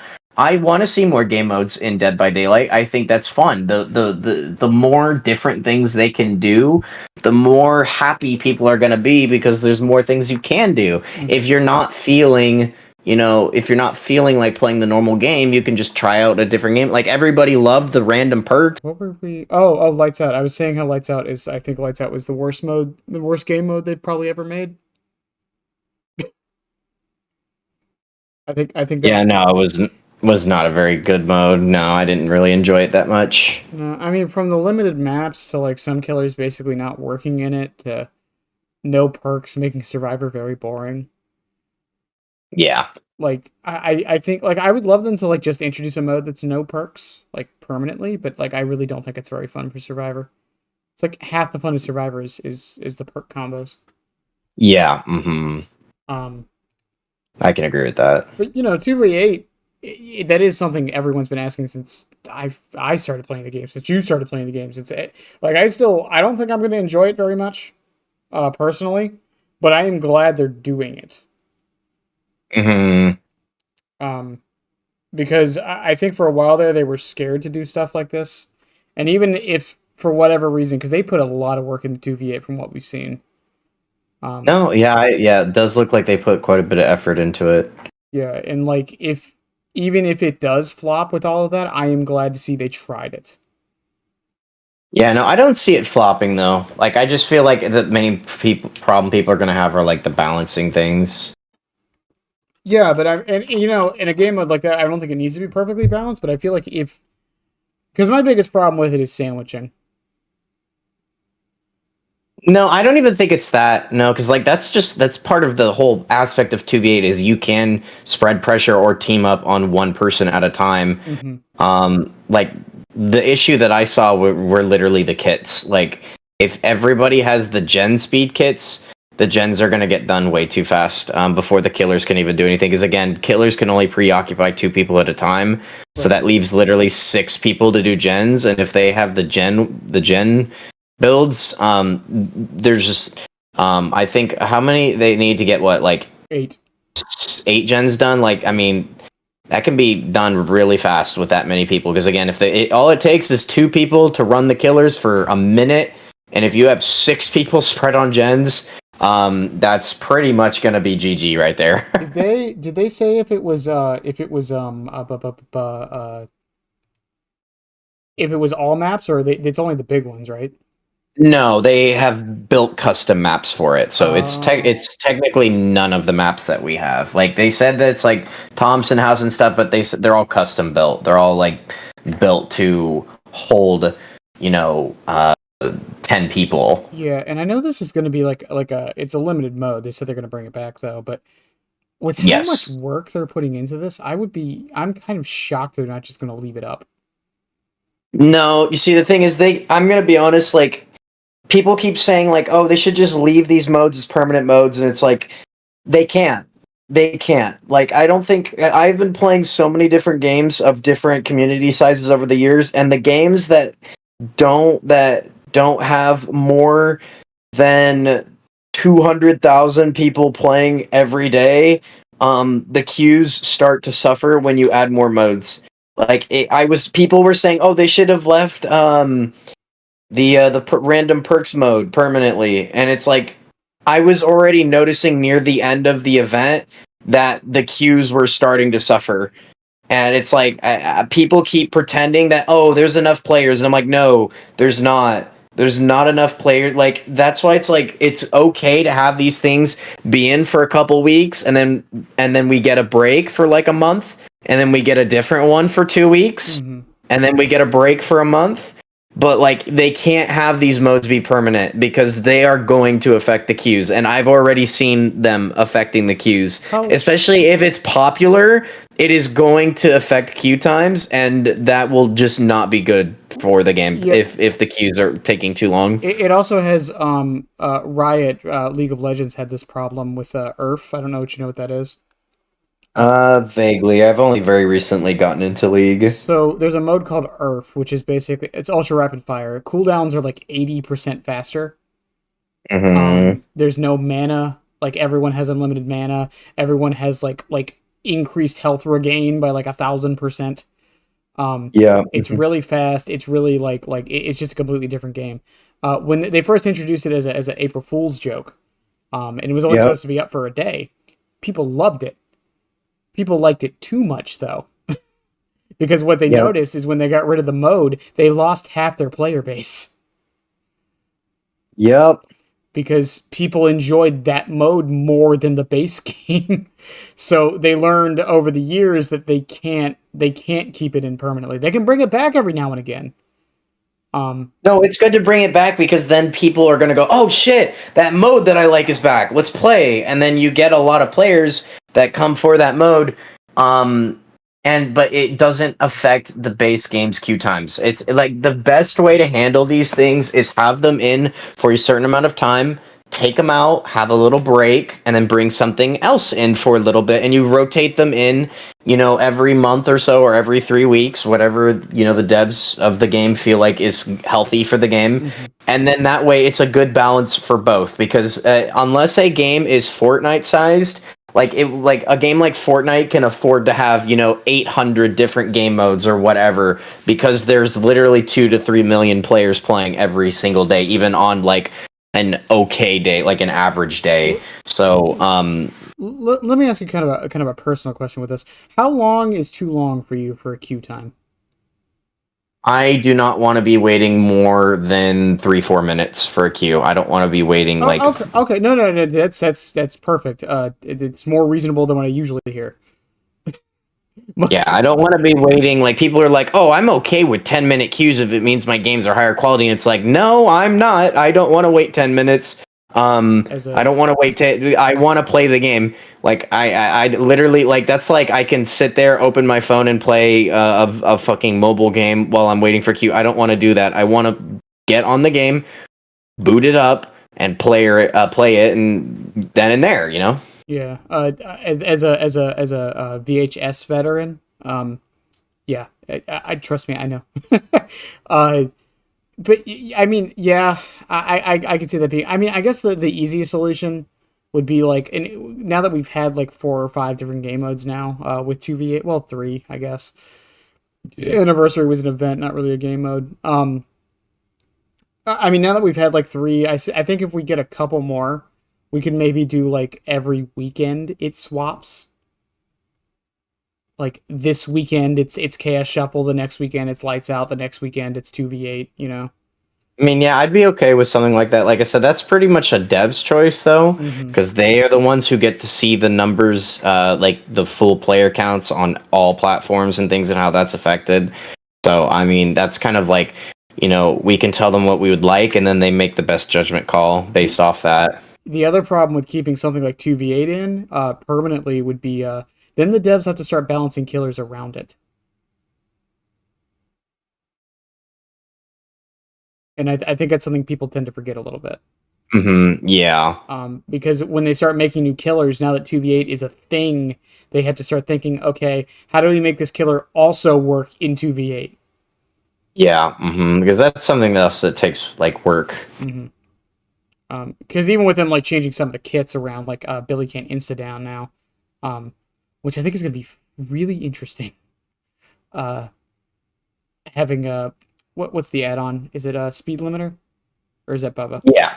Is it Speed limiter. Well, cracked primer. No, it's cracked primer bulb for Billy now. Speed limiter for Bubba. Yeah, yeah, it's basically that base kit, which is interesting, and I also like the idea of the passives. That means like there's synergies between you and your teammate. There's a lot of, like I said, there's a lot of cool things they're doing with 2v8, and I'm very interested to see it, even with my worries for it. Um, because like I said, I know the sandwiching thing probably won't happen all the time. It's just I can, even if your team wins on Survivor, if you're the one getting sandwiched the whole match, I can see that being super unfun. And same on the killer side. If everyone brings all the gen stuff, I can see that also being super unfun to go against. Yeah, but again, we really don't know how this, like, that's why, like, before I even say anything else, like, about the mode, I want to see how it plays tomorrow. Because we've only seen closed circuit groups play the mode. Right. But we're now going to actually see what the entire public does with it tomorrow morning. That's always the Quite fun literally part. 12 hours from now, actually. So. That's always the fun part. Or when people said Made for This wasn't that good, and then a week later. Um. So I get back to Pinhead a bit though. With after this, Pinhead's power level. So I don't know how often you do like killer tier lists and things like that. But if you were to put him in a tier list, where would you ideally think he is? I typically put him bottom A tier because there are killers that are better than him, at played at a much more effective level.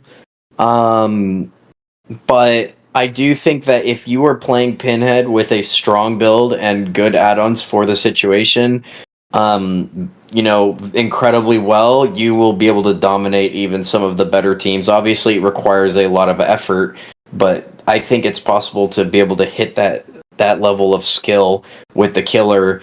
Not to mention, again, like I said, if you are having good, you can see the thing about Pinhead that's so nice is you can have strong 1v1 chases and pressure the entire team at the same time. Not many killers can do that. You have Slinger who has a very strong 1v1, but he can't pressure the whole, team at the same time. And then you have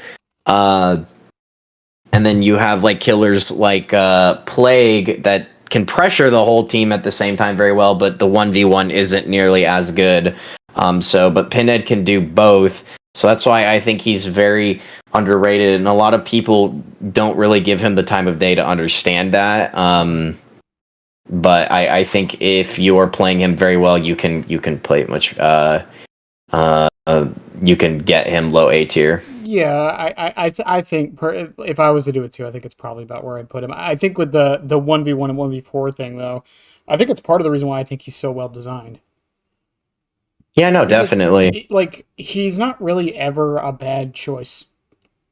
We'll get a little bit more into this with maps when I ask you about that later, but I can't there's not too many situations where I'm like, if I was playing another killer, I would have had a much better time. Sometimes, obviously, but for the most part, Pinhead is never bad, I feel. Unless you just suck at Pinhead. Yeah. Or you get super unlucky and get that god team that knows exactly where your box is at all times. Or not where it is, but knows exactly when to go for it at all times. And somehow they're able to dodge even if you're doing the is there a word for it? I'm sure you have a word for it. I think it's in the guide. I feel bad for blanking on this. When you just that right there that was on screen where you put the gateway right in front of them so they kind of run into it. Oh well, it's kind of similar to how do I say that? So what I call it chain insta binding, when you are able to basically drop the portal on someone's body and then just instantly chain them. Mm-hmm.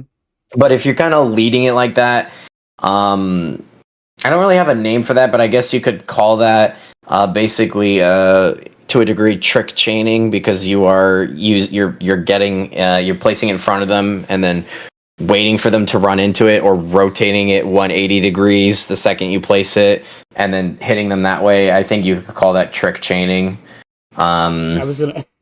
I can't remember in my head. I was like, why not call it chain leading? But that just sounds dumb. I mean, yeah, I don't really have a specific name for that. But I guess I could tie that into trick chaining, what I call trick chaining, because it's not exactly insta binding. Exactly, because insta binding is more like the chain back revving, where you're just dropping the chain on someone's back instantly. That you're kind of thinking ahead. Like I said, you're kind of either leading it in a way. So yeah, I guess you could call that part of the trick chaining. But yeah. Like I said, I feel like because whenever I look at tier lists, I try to assume everyone is being judged on the best player of them. So it's and I know some people don't do that. A lot of people do the average, but I think if we're talking the best of the best, I think Pinhead is definitely low A tier. Have you done a win streak with him recently? I have, not recently, no, but I have done a win streak with him. What did you get to? 244. That is still decently high. Oh, that's much higher than I think most people could ever get with Pinhead. Yeah. So because I had a lot of really, really close games like that. Yeah, no, 244 wins in a row with Pinhead, and I thought that was quite good. Any stipulations to that? Like no add-ons or anything, or just I mean, I used Frank's Heart Larry's Remains for about 95% of the games, but there were other games where I mixed it up a little bit. Mm-hmm. But other than that, no, it was pretty much just using a build. The rules were pretty much I had to just bare minimum 3K in order to consider a win. There was no such thing as a draw, because I think draws are just Stupid. in my opinion, are excuses by bad killer players who want a way to, say, oh, my streak was 557 right now. And I'm like, okay, how many games did more than one person get out? Oh, like 3 or 4, but those are draws. That means they don't win or no, you lost. You could, like, if you're letting multiple people get out, you're not winning. I'm lenient. I'm not that lenient. Yeah, no, I think, yeah, because it's like, the thing is, like, if I had the game that I lost was a 2 out, it was a 2 out. So like people are like, oh, that's a draw. I'm like, no, that's not a draw. There's no such thing as a draw. It's either you are winning or people are getting out and you failed as a killer. Well, You failed. Even if it is a draw, then the win streak is still over. It's a win streak. Yeah, true. Like, yeah, but because there's so many killer players that are like, oh, I count a 2K as a draw. And it's like, oh, so you only lose if it's 3 or 4 people get out. Like, you know how easy it is to like do that? Like, I don't know, man. I think like the whole like, oh, draw, that's just an excuse for bad killer players to like have a cushion on their win streak. And it's like, if you want a real win streak, it's like the bare minimum. You should just be like, because like people who say, oh, I do a 4K win streak. I'm like, a 4K win streak is so unrealistic because it comes down to RNG at that point. There's the hatch, there's the door standoffs. Like it's just not plausible. So it's like, if you 3K, then you fucking won. You decimated the team. You killed everybody. The last person might get hatched, they might not. But the whole like, oh, the 2K is a draw. I think that's a bunch of horse shit by bad killer players. I mean, like the whole like 3 to me, a 3K is a win because like you oh said, yeah, it is. It absolutely is. Because to me, like you said, it's the RNG at that point. Because like I've seen some people be like, oh, it's only a win if it's a 3K and the last person escapes from hatch. If they get out through the doors, then it's a loss. It's like, okay, so you're telling me just leave the hatch open then? Well, no. If you see hatch, close it, and then if they get out through the door, then you lose. So you want me to go out of my way to do something to make it... At that point, it just gets so complicated. That's why I just like, because a lot of people are like, well, there's the stipulation. It's like, dude, 3K is a win. That's it. That's it. Like, it just makes it simpler that way. 3K is a win. And then, because it just starts to get too like confusing, and I don't know, just like it starts to deviate from other people's streaks. Like, pretty much most people, like even odds, like the whole, if you want to win, it's just the 3K. Who gives? If someone else gets out, who cares? It's 3K is a win. That's it. That is the rule. 3K. As long as there's no cheating, then that's it. Yeah, cheating or like some massive bug happens or something like that.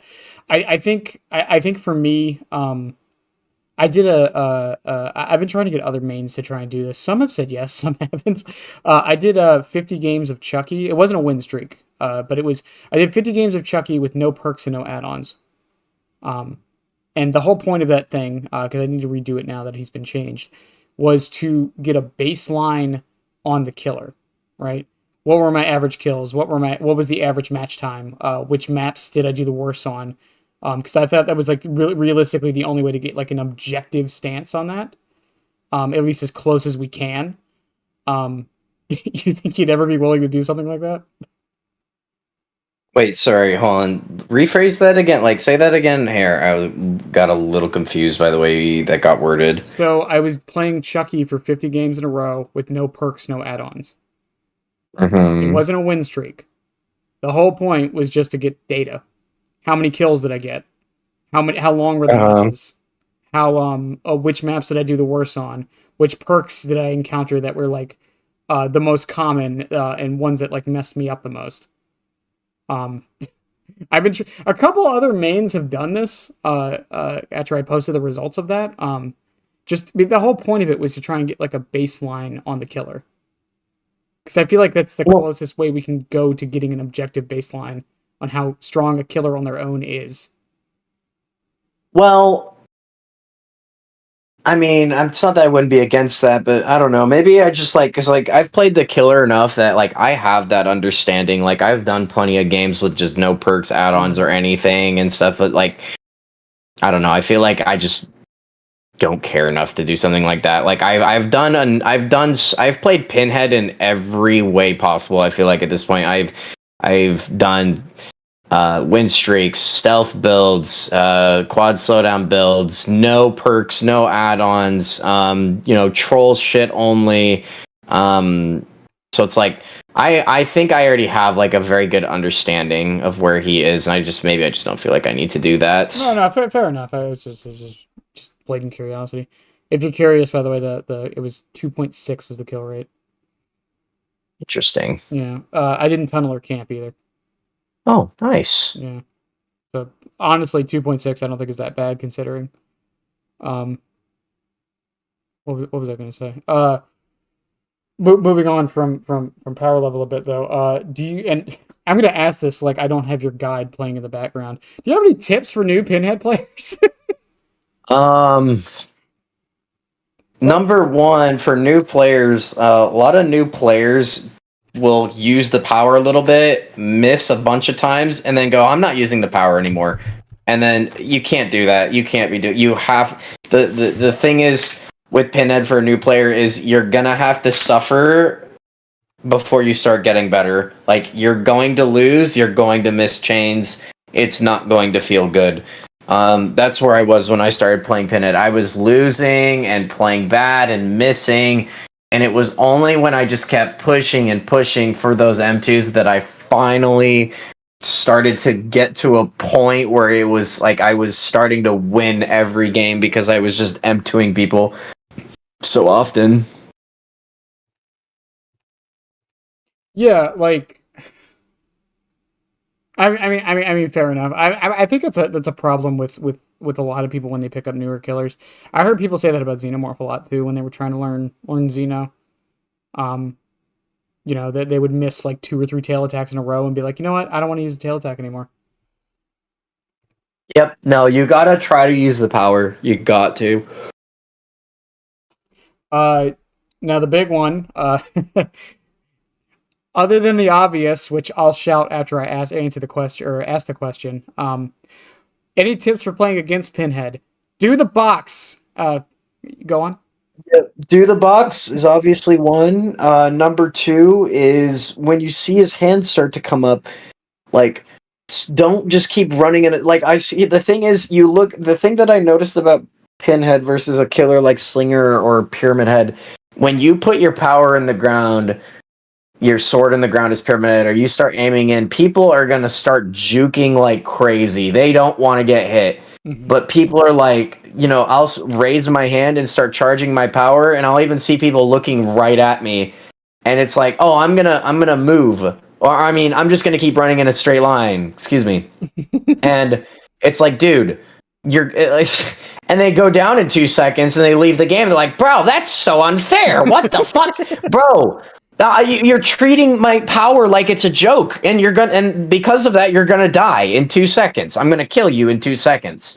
You need to treat it with the same respect like a Pyramid Head M2. Like, even though it doesn't hurt you, you need to treat it with respect. Like, if you see Pinhead raise his hand up, like, obviously you can judge how good the player is. It's not going to directly damage you, but you need to try to move out of the way. Like, you see his hand come up, you need to, like, you hear the sound of the portal you spawning in, you gotta fake it out. You gotta pull one way and then immediately go the other way. Like, there are things you can do, movements that you can do, that will help you avoid those chains. And if they're dropping the portal directly on you and chaining you, then you need to account for that. It's you can kind of tell like how fast the portal is going to be able to drop on you, and you need to basically move. Like, sometimes I will straight up run back at the Pinhead when that portal spawns, and they will miss, and then their chain will fly off into the sky, and I will already be at the pallet. So, like, it's all about just movement. Like, if you're just running in a straight line, or you just start turning to the right, like, you're gonna get hit. You need to kind of understand what he's doing with the gateway. Is he trying to insta-bind you, or is he trying to sweep you with the chain coming out of the portal? And you need to You need to move. Like people don't move. Like the people that start understanding that if I don't fucking move, he's gonna M2 me and he's gonna walk around the corner and then just slap me in the back of the head and then I'm gonna die. And they start moving. Those are the ones I have trouble with. They start knowing it's like, oh shit, yep, he's gonna try to use his power through the wall here. I'm gonna just randomly fucking turn around and start running back the other way. Boom, I instantly miss. Like there are things you can do. Like again, sometimes it's not always going to work. Sometimes you're gonna make a really crazy movement and the pinhead is still gonna hit you with the chain. That's because he had a good fucking chain on you and he was able to, flick you.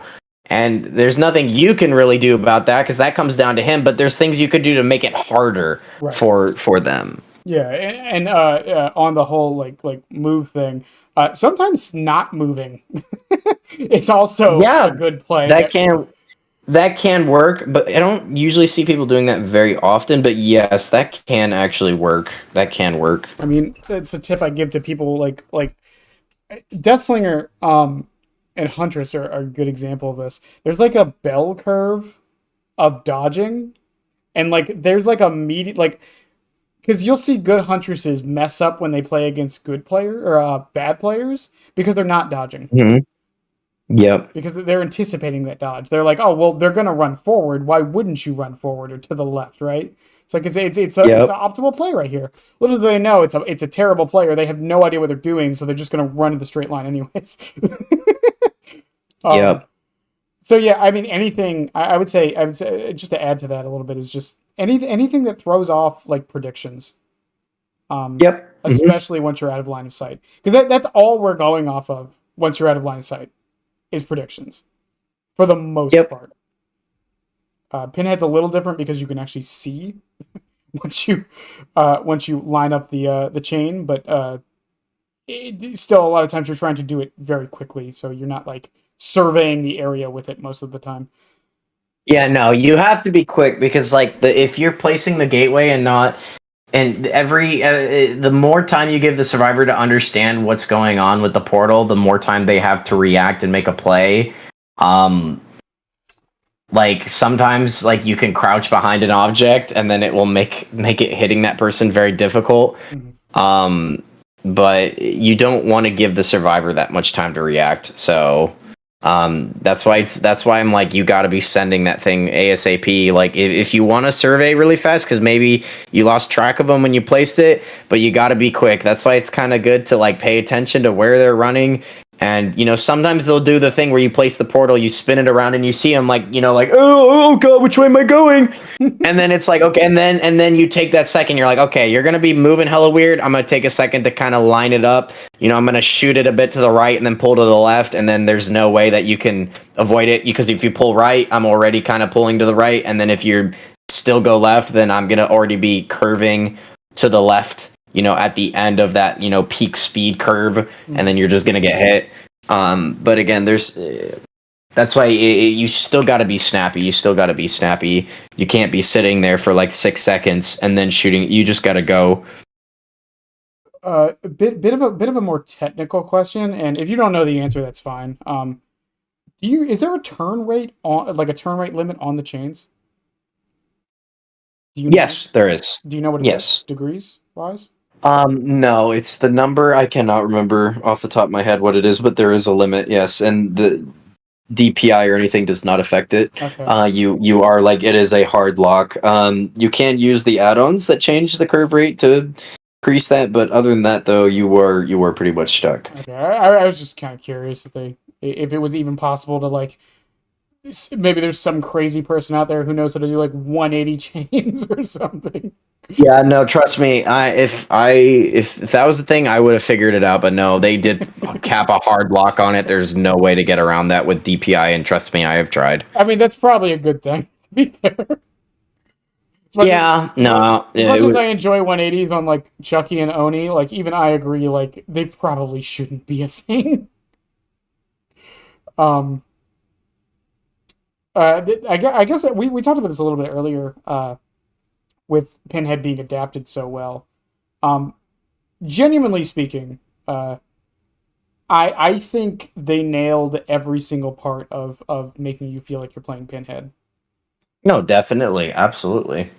Like even like the whole passive mechanic of keeping track of the box and lining up the chains and all of this stuff makes you feel like you are, I don't want to say necessarily outsmarting the survivors, but you're keeping tabs on them, right? Yes. It plays more into this idea of him being a meticulous thinker during the match, Yes. Mm-hmm. which is not an easy thing to do. I feel like they definitely nailed it with Pinhead. No, definitely. They absolutely did.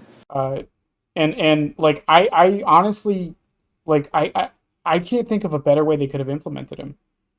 No, they did great. Like I couldn't have thought of anything better too. I think they did a great job. I Yeah, think they did a fantastic job. even like the animations, how he never touches a survivor. Nope, he does not. Nope, his chains do everything. Uh, Yep. I have a little bit of a problem with. This is a weird thing to have a nitpicky problem with. I hate how his hand looks in the first person. I don't. In the first person, Yeah, yeah, it is a bit weird, but I understand why they do that. like I do too. Is I don't know, something about it just is like off-putting is the wrong word, but like it looks so goofy. I don't know. Um, Yeah, it can look a bit weird. Obviously, his hands are down from the third person perspective, but yeah, I think I mean, it makes sense why they did it. They got to put something there. They can't just have nothing there. yeah. Also, petition to make it so that if a killer has like almost an insta vault thing, they just phase through it like Pinhead does. Can we add that to Myers, please? Like, have you seen those videos of Myers with like dark arrogance Yeah, and all that stuff? yeah, he goes. They like go through it really fast. Like, just have him phase at that point. Um, but yeah, I mean, it's just such a weird thing because like I mean, you were even talking about earlier. You had no idea how they would do his power, but like Yeah, no, now that it's here, it's like this makes perfect sense. Which I think is just a really really good sign. That's why I think that they've been handling licenses a lot better, especially since Pinhead. yeah, mhm. And then the voice lines, which other than the one that's been memed to death, uh, I think they did a very good job. Especially, is it Bradley? Right? Doug Bradley, Yeah. yes. Okay. Yeah. Um, I mean, I know he wasn't there at the start. I am ecstatic they eventually got him. Uh, and I don't think it would be the same without him. I mean, Mhm. it wasn't for that first couple weeks, uh, Yeah.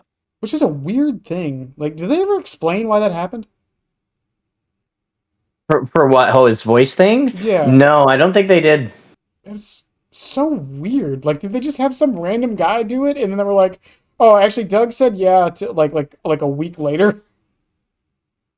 Yeah, no, I don't think there was ever a true explanation why that happened. The only thing I could think of is that they wanted Doug to do the voice, but they didn't have them ready in time, so they just had somebody else do the voices.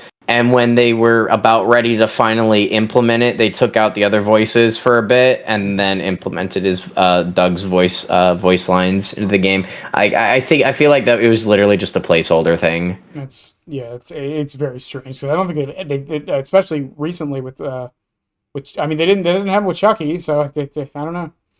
Um,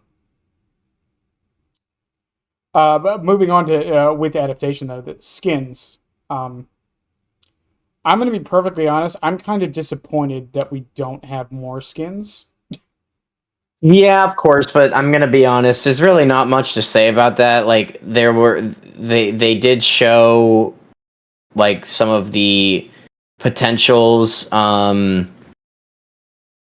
like what they were other ideas they had that they were making for the skins, but like it was pretty much just like they had time to make one and Mm. post it for four because like again this whole the whole thing was rushed because apparently they had this small time window to get them in the game. So they're like we just don't have time to do all these other things, so they're just like, yep, we're gonna do that. We're gonna add Chatterer as the other legendary skin. We'll make one skin for Pinhead and then call it a day. So like I said, they did want to do a map 2, but that got canceled. There Yeah. was talk of a survivor, but that got canceled. There was talk of adding other skins, but that also got canceled. So like it was a lot of it was just we don't have time. So and because of the way that the license hold, I'm very certain we will never see any other Hellraiser content ever again. So Yeah, I feel bad when I ask the question for licensed killers because most of them don't have that many, and most of them probably won't get many more. Um, like I mean, Wesker, Nemesis, Pyramid Head, Chucky, and Xeno were like the exceptions, even when they happen. I know I just listed off a lot, but like it's really not that many. mhm. Because I may or may not know something that's coming in Halloween that's going to make a lot of people both mad and happy. Um, Yeah. uh, but I don't think Pinhead's ever going to get a blighted skin or anything like that either. Um, Yeah, no. I very the like there would have to be some weird third party intervention between both companies for something like that to happen. I feel like there's no way. who owns the rights to Pinhead? Is it kind of muddled? I think it's Lionsgate. I can't remember exactly who owns Hellraiser. I mean I know who owns it. It's Clive Barker. Mm-hmm. He owns it, but I'm not sure which company through Clive Barker owns it. But I know he is the primary holder of the IP. Well, yeah, because I know a lot of horror films fall into this trap where it's like owned by like three different people sometimes. Um, it's like owned by the original creator, but the studio actually owns the licensing, but the creator owns the character. Um, Mhm. and then sometimes it's like they own the character, but not the name. Yeah, it gets complicated. It's very complicated. Yeah, that's why I never Um, like get mad at behavior for like certain licensing things or certain decisions. They'll get them when they get them, people. like, yeah. um, cough, cough, Jason. It'll happen one day. All right, just give him time. Uh, yeah. Speaking of a little bit of balancing, going back to that a little bit. Would you say Pinhead is map dependent? Not really. Like there are certain maps that he's stronger on, and some that he's weaker on. But no, I do not think he's map dependent. Okay. Do you have a hated map when playing him? Uh, RPD. RPG. I fucking hate RPD. RPD. Any particular reason why, other than it's RPD? It's such an awkward shape. Like trying to stop the box on it is a complete mind game because the map is so awkwardly shaped that you can never really tell where the box spawns. Mhm. Like you can get a rough idea sometimes if things line up well. But for the most part, like I just again, there's the bug too where if you misplace the portal, it's gonna place it upstairs or downstairs Right. because like there's so much random clutter. There aren't a lot of open looping spots. It's just little tight hallways and stuff. Is a question about box logic with multi floors. Does it prioritize the floor no one's on, or does it? Do you know? Yeah, it does actually. Mm. Like that's why sometimes you will see like so let's say you get west no east right yeah East. east wing That's the let's say one. you get east Yeah. wing. If you spawn as Pinhead in the office in the corner that's blocked off, like the one with the Leon sign that says welcome Leon, Hmm. if you spawn in there, sometimes it will spawn directly upstairs above you on your head. Now that's very unlikely, but I've had it happen a few times. But yeah, it does try to place it on a different floor from where people are. Okay. I was just curious because I know sometimes the logic in this game is not always the most intuitive. That makes sense to me. So yeah. Um, Hmm. is there a map you absolutely love getting? The game and Dead Dog Saloon. The game. Yep. Really? Yep. I'd say maybe Midwich too. Can he play most of the loops on that map? You should play all of them. Really? Yep. Hmm. That's In interesting. fact, I would arguably say that the game is one of Pinhead's best maps. That's interesting. Like I'm not gonna disagree with you. I actually think that it's funny because they've done the stats. The game is actually Killers win more on the game than most maps in the game. Yeah, they do. It's because a lot of people don't play the game the way it's supposed to. Like, it's very small and has a lot of very short loops, but people need to learn how to, like, if you really want to win on the game, people need to sit on a generator hard while somebody is just throwing every pallet on the map. That's how you win the game. Yeah. You have one person that takes chase, uses like 15 pallets in the first chase, and then you have the other three people pop 3 gens in the first chase, and then the last 2 gens are just simply done by people using what's left. Yeah, it's one of those maps. I say this when I play Valorant because I hate the map Fracture, but they give you your stats every few months. I've won more on Fracture than any other map. Yep. It's like I don't know what it is about games why that happens, but like usually the maps you hate the most, not always, but usually the maps you hate the most are the ones you do the best on. It's so strange. There has to be a reason for it. Maybe.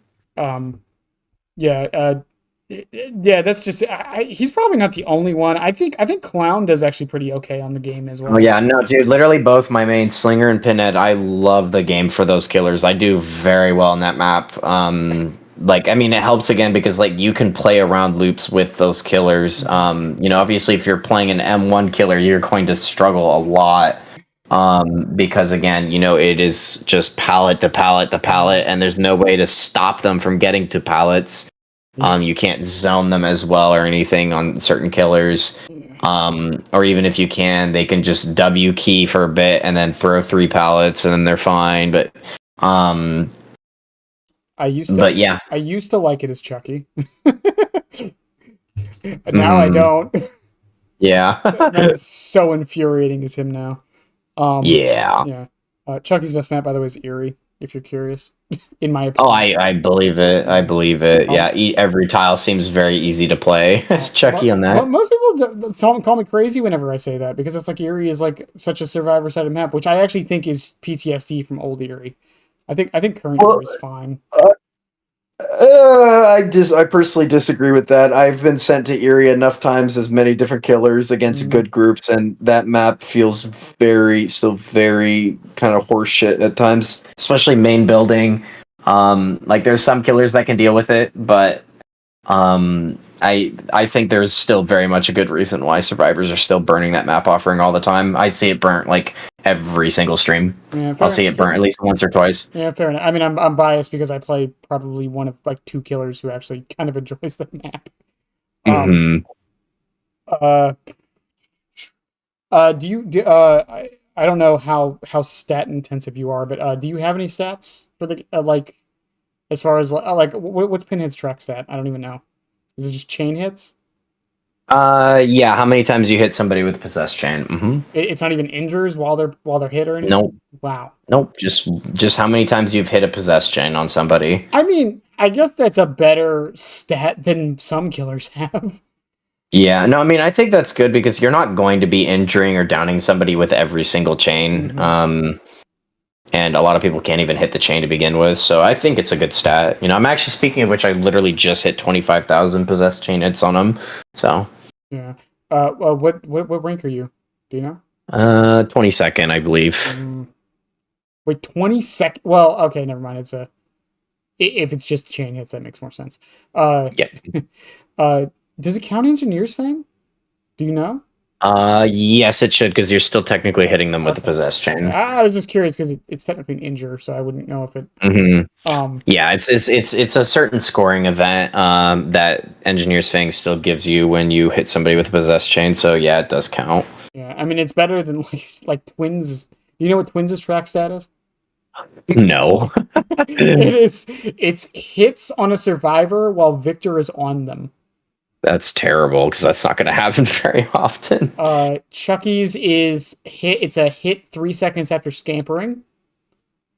That's pretty impossible now. Well, and then before it was like a badge of shame. What's another dumb one? I think is it Plague? Plagues is downs with the vial. I think it is. It's not hits. I think it might be downs, yeah. That sounds about right. It's not like terrible, but it's like that doesn't tell the full story, I feel. Hmm. And Yeah. then you got Xenomorph and Pinhead, who's just hit them with your power. Yep. Just get a hit. Um, and then you got the magical killers like Huntress who have two. Because Yeah. Huntress, Oh, the 24 meter hits, and Mhm. then the hatchet Yeah, throws. I feel like every killer should have two, but no. I really wish they would add a leaderboarding game. I really do. That would be cool, especially, I feel like they should at some point. Because then you could tie people's profiles with their badges and banners to it, Mm-hmm. and that would be cool. I So think that would be cool. they said the reason they don't want to do it is because if they do, they'd have to start people from zero. But I've talked to so many people about this. No one would care. I don't think anyone would care. I mean, I think you'd have some people would care, but like I think they could just. I mean, they could have like a separate one that's set. They could even do like a monthly thing, like who's number one this month. Then maybe they get like a little bit of BP, or like the top like 100 people get BP or something like that. Yeah. Like that would be kind of sick. I've always wanted like I want the daily challenges reworked. I feel like we should have daily challenges. I don't want to make the game a full MMO, but like daily challenges, weekly challenges, monthly challenges, and simple things. Yeah, I mean, I'd be okay with that. Yeah, simple things like the monthly challenge is like break 100 pallets. Yeah, And they then could for totally do that. Survivor, like make it so it works on both. And for Survivor, it's stun the killer with 50 pallets or something in a month. Mm, I don't know, but something like that. I'm just spitballing. Obviously, that would be much harder for Survivor. Um, or just like break 100 pallets, or like 50 kills in a month, and then for Survivor, it's like do I don't know 50 gens. I mean, it could be anything. And then for like the weeklies, like I don't know, like hit the Survivor or get like 100 injuries this week or something like that. I don't know. Just little things just to give people something to do, because once you finish all the archives and unlock everything, you kind of don't really have anything to do or shoot for. yeah, no, dude. A bunch of my archives, because the thing is, I was doing over a lot of them, but because I got cross progressioned, transferred from my Xbox, a lot of my books got completed. I think, So I think the only archives I have left for on killer side, almost every single one of them is kills during in-game collapse. mhm. And I'm like, you know what? I don't even want to really do that. If it's like like if I don't have a choice, like sure I'll put it on, I guess, and maybe I'll get it done. But like I don't like having it on to try and go out of my way to do that, because it's not hard, it's just annoying. Yeah. Um Especially like if you steamroll a team, it's like, well, I got no progress on that. I mean, I won, cool, but like um uh well, I that's pretty much it. I have two questions from my Discord. Um Hmm. this is a very open-ended question. Would you ever say there are maps that are too big where pressuring the box stops being worthwhile? I mean, yeah, definitely. Like some of the bigger maps, there are times where, if you're not pre-leaving to the corner where you know the box is gonna be, there's no point in dealing with it. Like sometimes, like I literally and then at that point, it doesn't become, oh, do I pressure the box? It's, do I down? Like, I actually had this situation where I was on Rotten Fields. I knew which corner the box was gonna be in. And I knew somebody was going to be going for it soon, but there was somebody who was healthy doing a gen, and I'm like, nah, man, I'm not. Like, I could see them, and they were letting me get awful close to them before they started getting off the gen. So I was like, nah, man, I'm not going to let you just do this gen in my face. And it came down to, I downed that person as the person picked up the box and started solving it. And I'm like, you know what? I'm just going to TP. Fuck it. I'm going to leave this guy on the ground here. And then I'm going to go after the guy who just picked up the box. And of course, the guy who did the box was injured and on death hook. So it's like, okay, well, now I get a kill, and now that person can't do the gen anymore. Like, I'm just leaving them on the floor. Mm. So yeah, sometimes, yeah, absolutely. There are certain maps where it is too big. In some situations, that's why when you're doing box logic, you have to play around the box's schedule, not really your own, because if the map is big enough, then you're not going to be able to just stop it every single time unless you are actually pre-leaving to go to the section of the map where you know the box is going to be, and then you could stop it. Gotcha. I mean that makes perfect sense to me. I could imagine what, like Red Forest, most of the corn maps. I'm trying to think of another stupidly big map. RPD, things like that, and obviously, it depends, right? I mean, as with most things, it's never black and white. So Yes, it very much depends. okay. Very much depends. All right. Next question is: did they change how you enter the portal/gateway in any way since release? I've been in and out of phases with him, and each time it's jarring and feels different. Well, there were bugs with the portals and gateways and shooting and placing chains, but no, it's been unchanged since the since he came to the game. No, it's been unchanged. There's just been bugs. Because a lot of people keep thinking that they're like, oh, this was intentional. I'm like, no, it's not intentional. But no, it was very much bugs. So no, if you're thinking they were different, it's because there were a lot of bugs. Like literally over the last 8 months. I mean, I think it was like about a month and a half ago or so. They fixed a bug that had been with Pinhead for like 8 months. So a lot of people literally thought that was just part of his kit because it had just gone so long without getting removed. But no, like he had like 3 separate field of view bugs with his portals. Mm-hmm. So people were super confused. They're like, is this intentional? Like, no, this is a bug. That's a bug. Gotcha. So there's one more question, but I do want to save this one because it's kind of a joke question. Is there anything else you want to add about main Pinhead struggles or achievements or anything like that you can think of? no, we pretty much covered everything. Okay. And I know there's some technical issues. But as always, I do appreciate you saying yes to us. I know we also had some scheduling stuff that kind of got messed up, but Yeah, no worries at all though. yeah, I do appreciate this. And for that last question, what does Pinhead do when you open the box? I don't. I think he goes and cracks open a beer and sits down and has a drink. I think that's what he does. Yeah, I couldn't tell you though because I'm not an interdimensional explorer, so I wouldn't know. I would just assume he cracks open a cold one with the boys, and that's pretty much it. That's typically what you do when you crack open an ice box. Say the line, Bart. Okay. Oh, say the line. Yeah, say the line. Yeah. Oh yeah. Yeah. I came. Hope that picked up. Oh, that better have picked up. Oh my god. It's never funny until it is. The box. You opened it. I came. Do you just have that on soundboard cue? Just Yup. Mm-hmm. Yup. Okay. All right. Well, Reaper, like I said, it was. I don't mean to stroke your ego saying this, but it was an honor having you. It really was. No, I'm glad you asked. It was a lot of fun. No, I'm sure it's fun to do these kinds of things. Yeah, and I say this for a lot of them, but I do when I started doing this the whole Killer Main podcast series. You were I'm going to sound like a fucking weirdo saying this. When I was like, who am I going to get for every killer? There was no questions asked for Pinhead. Yeah. It was you.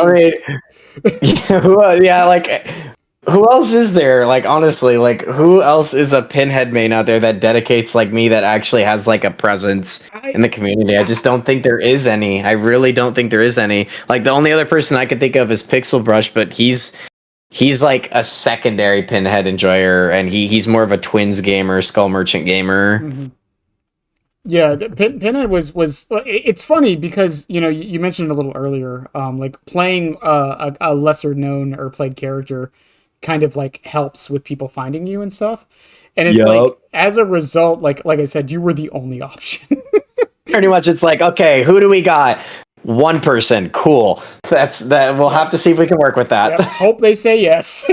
Okay, it's either yes or we're out of luck. Yep. I'm having the opposite issue with Huntress. Oh, you have like let's say there's just everybody mains Huntress these days. I keep saying. Oh, who do you main? Oh, Huntress. Oh, cool.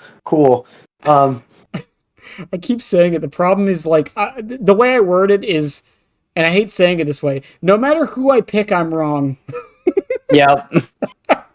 It doesn't matter. Why don't you pick them? I don't know. I'll ask them. Oh, well, you should have picked them instead. Okay, dude, we get it. There's like, bro, what if you just had a podcast that had like 15 Huntress mains that was on actually it at the same time? that was the plan. I was actually going to do that as a joke. And That would be so funny. Yeah, I couldn't get him in time, so I said, screw it. Also, getting one person on here is hard enough. Do you know how hard it is to get 15 people to have the same 2 hours of free time? Yep, exactly. Yep. Because someone suggested that for who was the other killer someone suggested that for? I think it was Billy. Blight? Billy Or and Billy, Blight. yeah, Billy Billy. and Blight. People suggested that for too, and it's like, I can't do that. Time zones exist. People have lives. It's difficult. It's Yeah. very difficult. I did it once for a patch notes, and that was about it. Even that was difficult. I got lucky. Yep. But yeah, like I said, and once again, that's not me. I hate wording it this way. It's not me trying to stroke your ego or anything. I'm just saying you were legitimately my first choice, even when I before I even asked you. Oh, that's awesome, dude. But no, like I said, I was fun to do them. I was happy to do it. Happy to do it. Yeah, of course. And for those listening on the YouTubes, I apologize for the technical issues that probably made the cut, that made a random cut happen. And I also apologize for Discord not having the PNG show up. I was redoing the link during this. Y'all probably saw me doing that, and it still didn't work. Discord sucks sometimes, and so does OBS. And when you combine them, it's anyone's game. But in any case, I love y'all. Have a good one, and yeah, bye. Thanks for having me. Yeah, of course.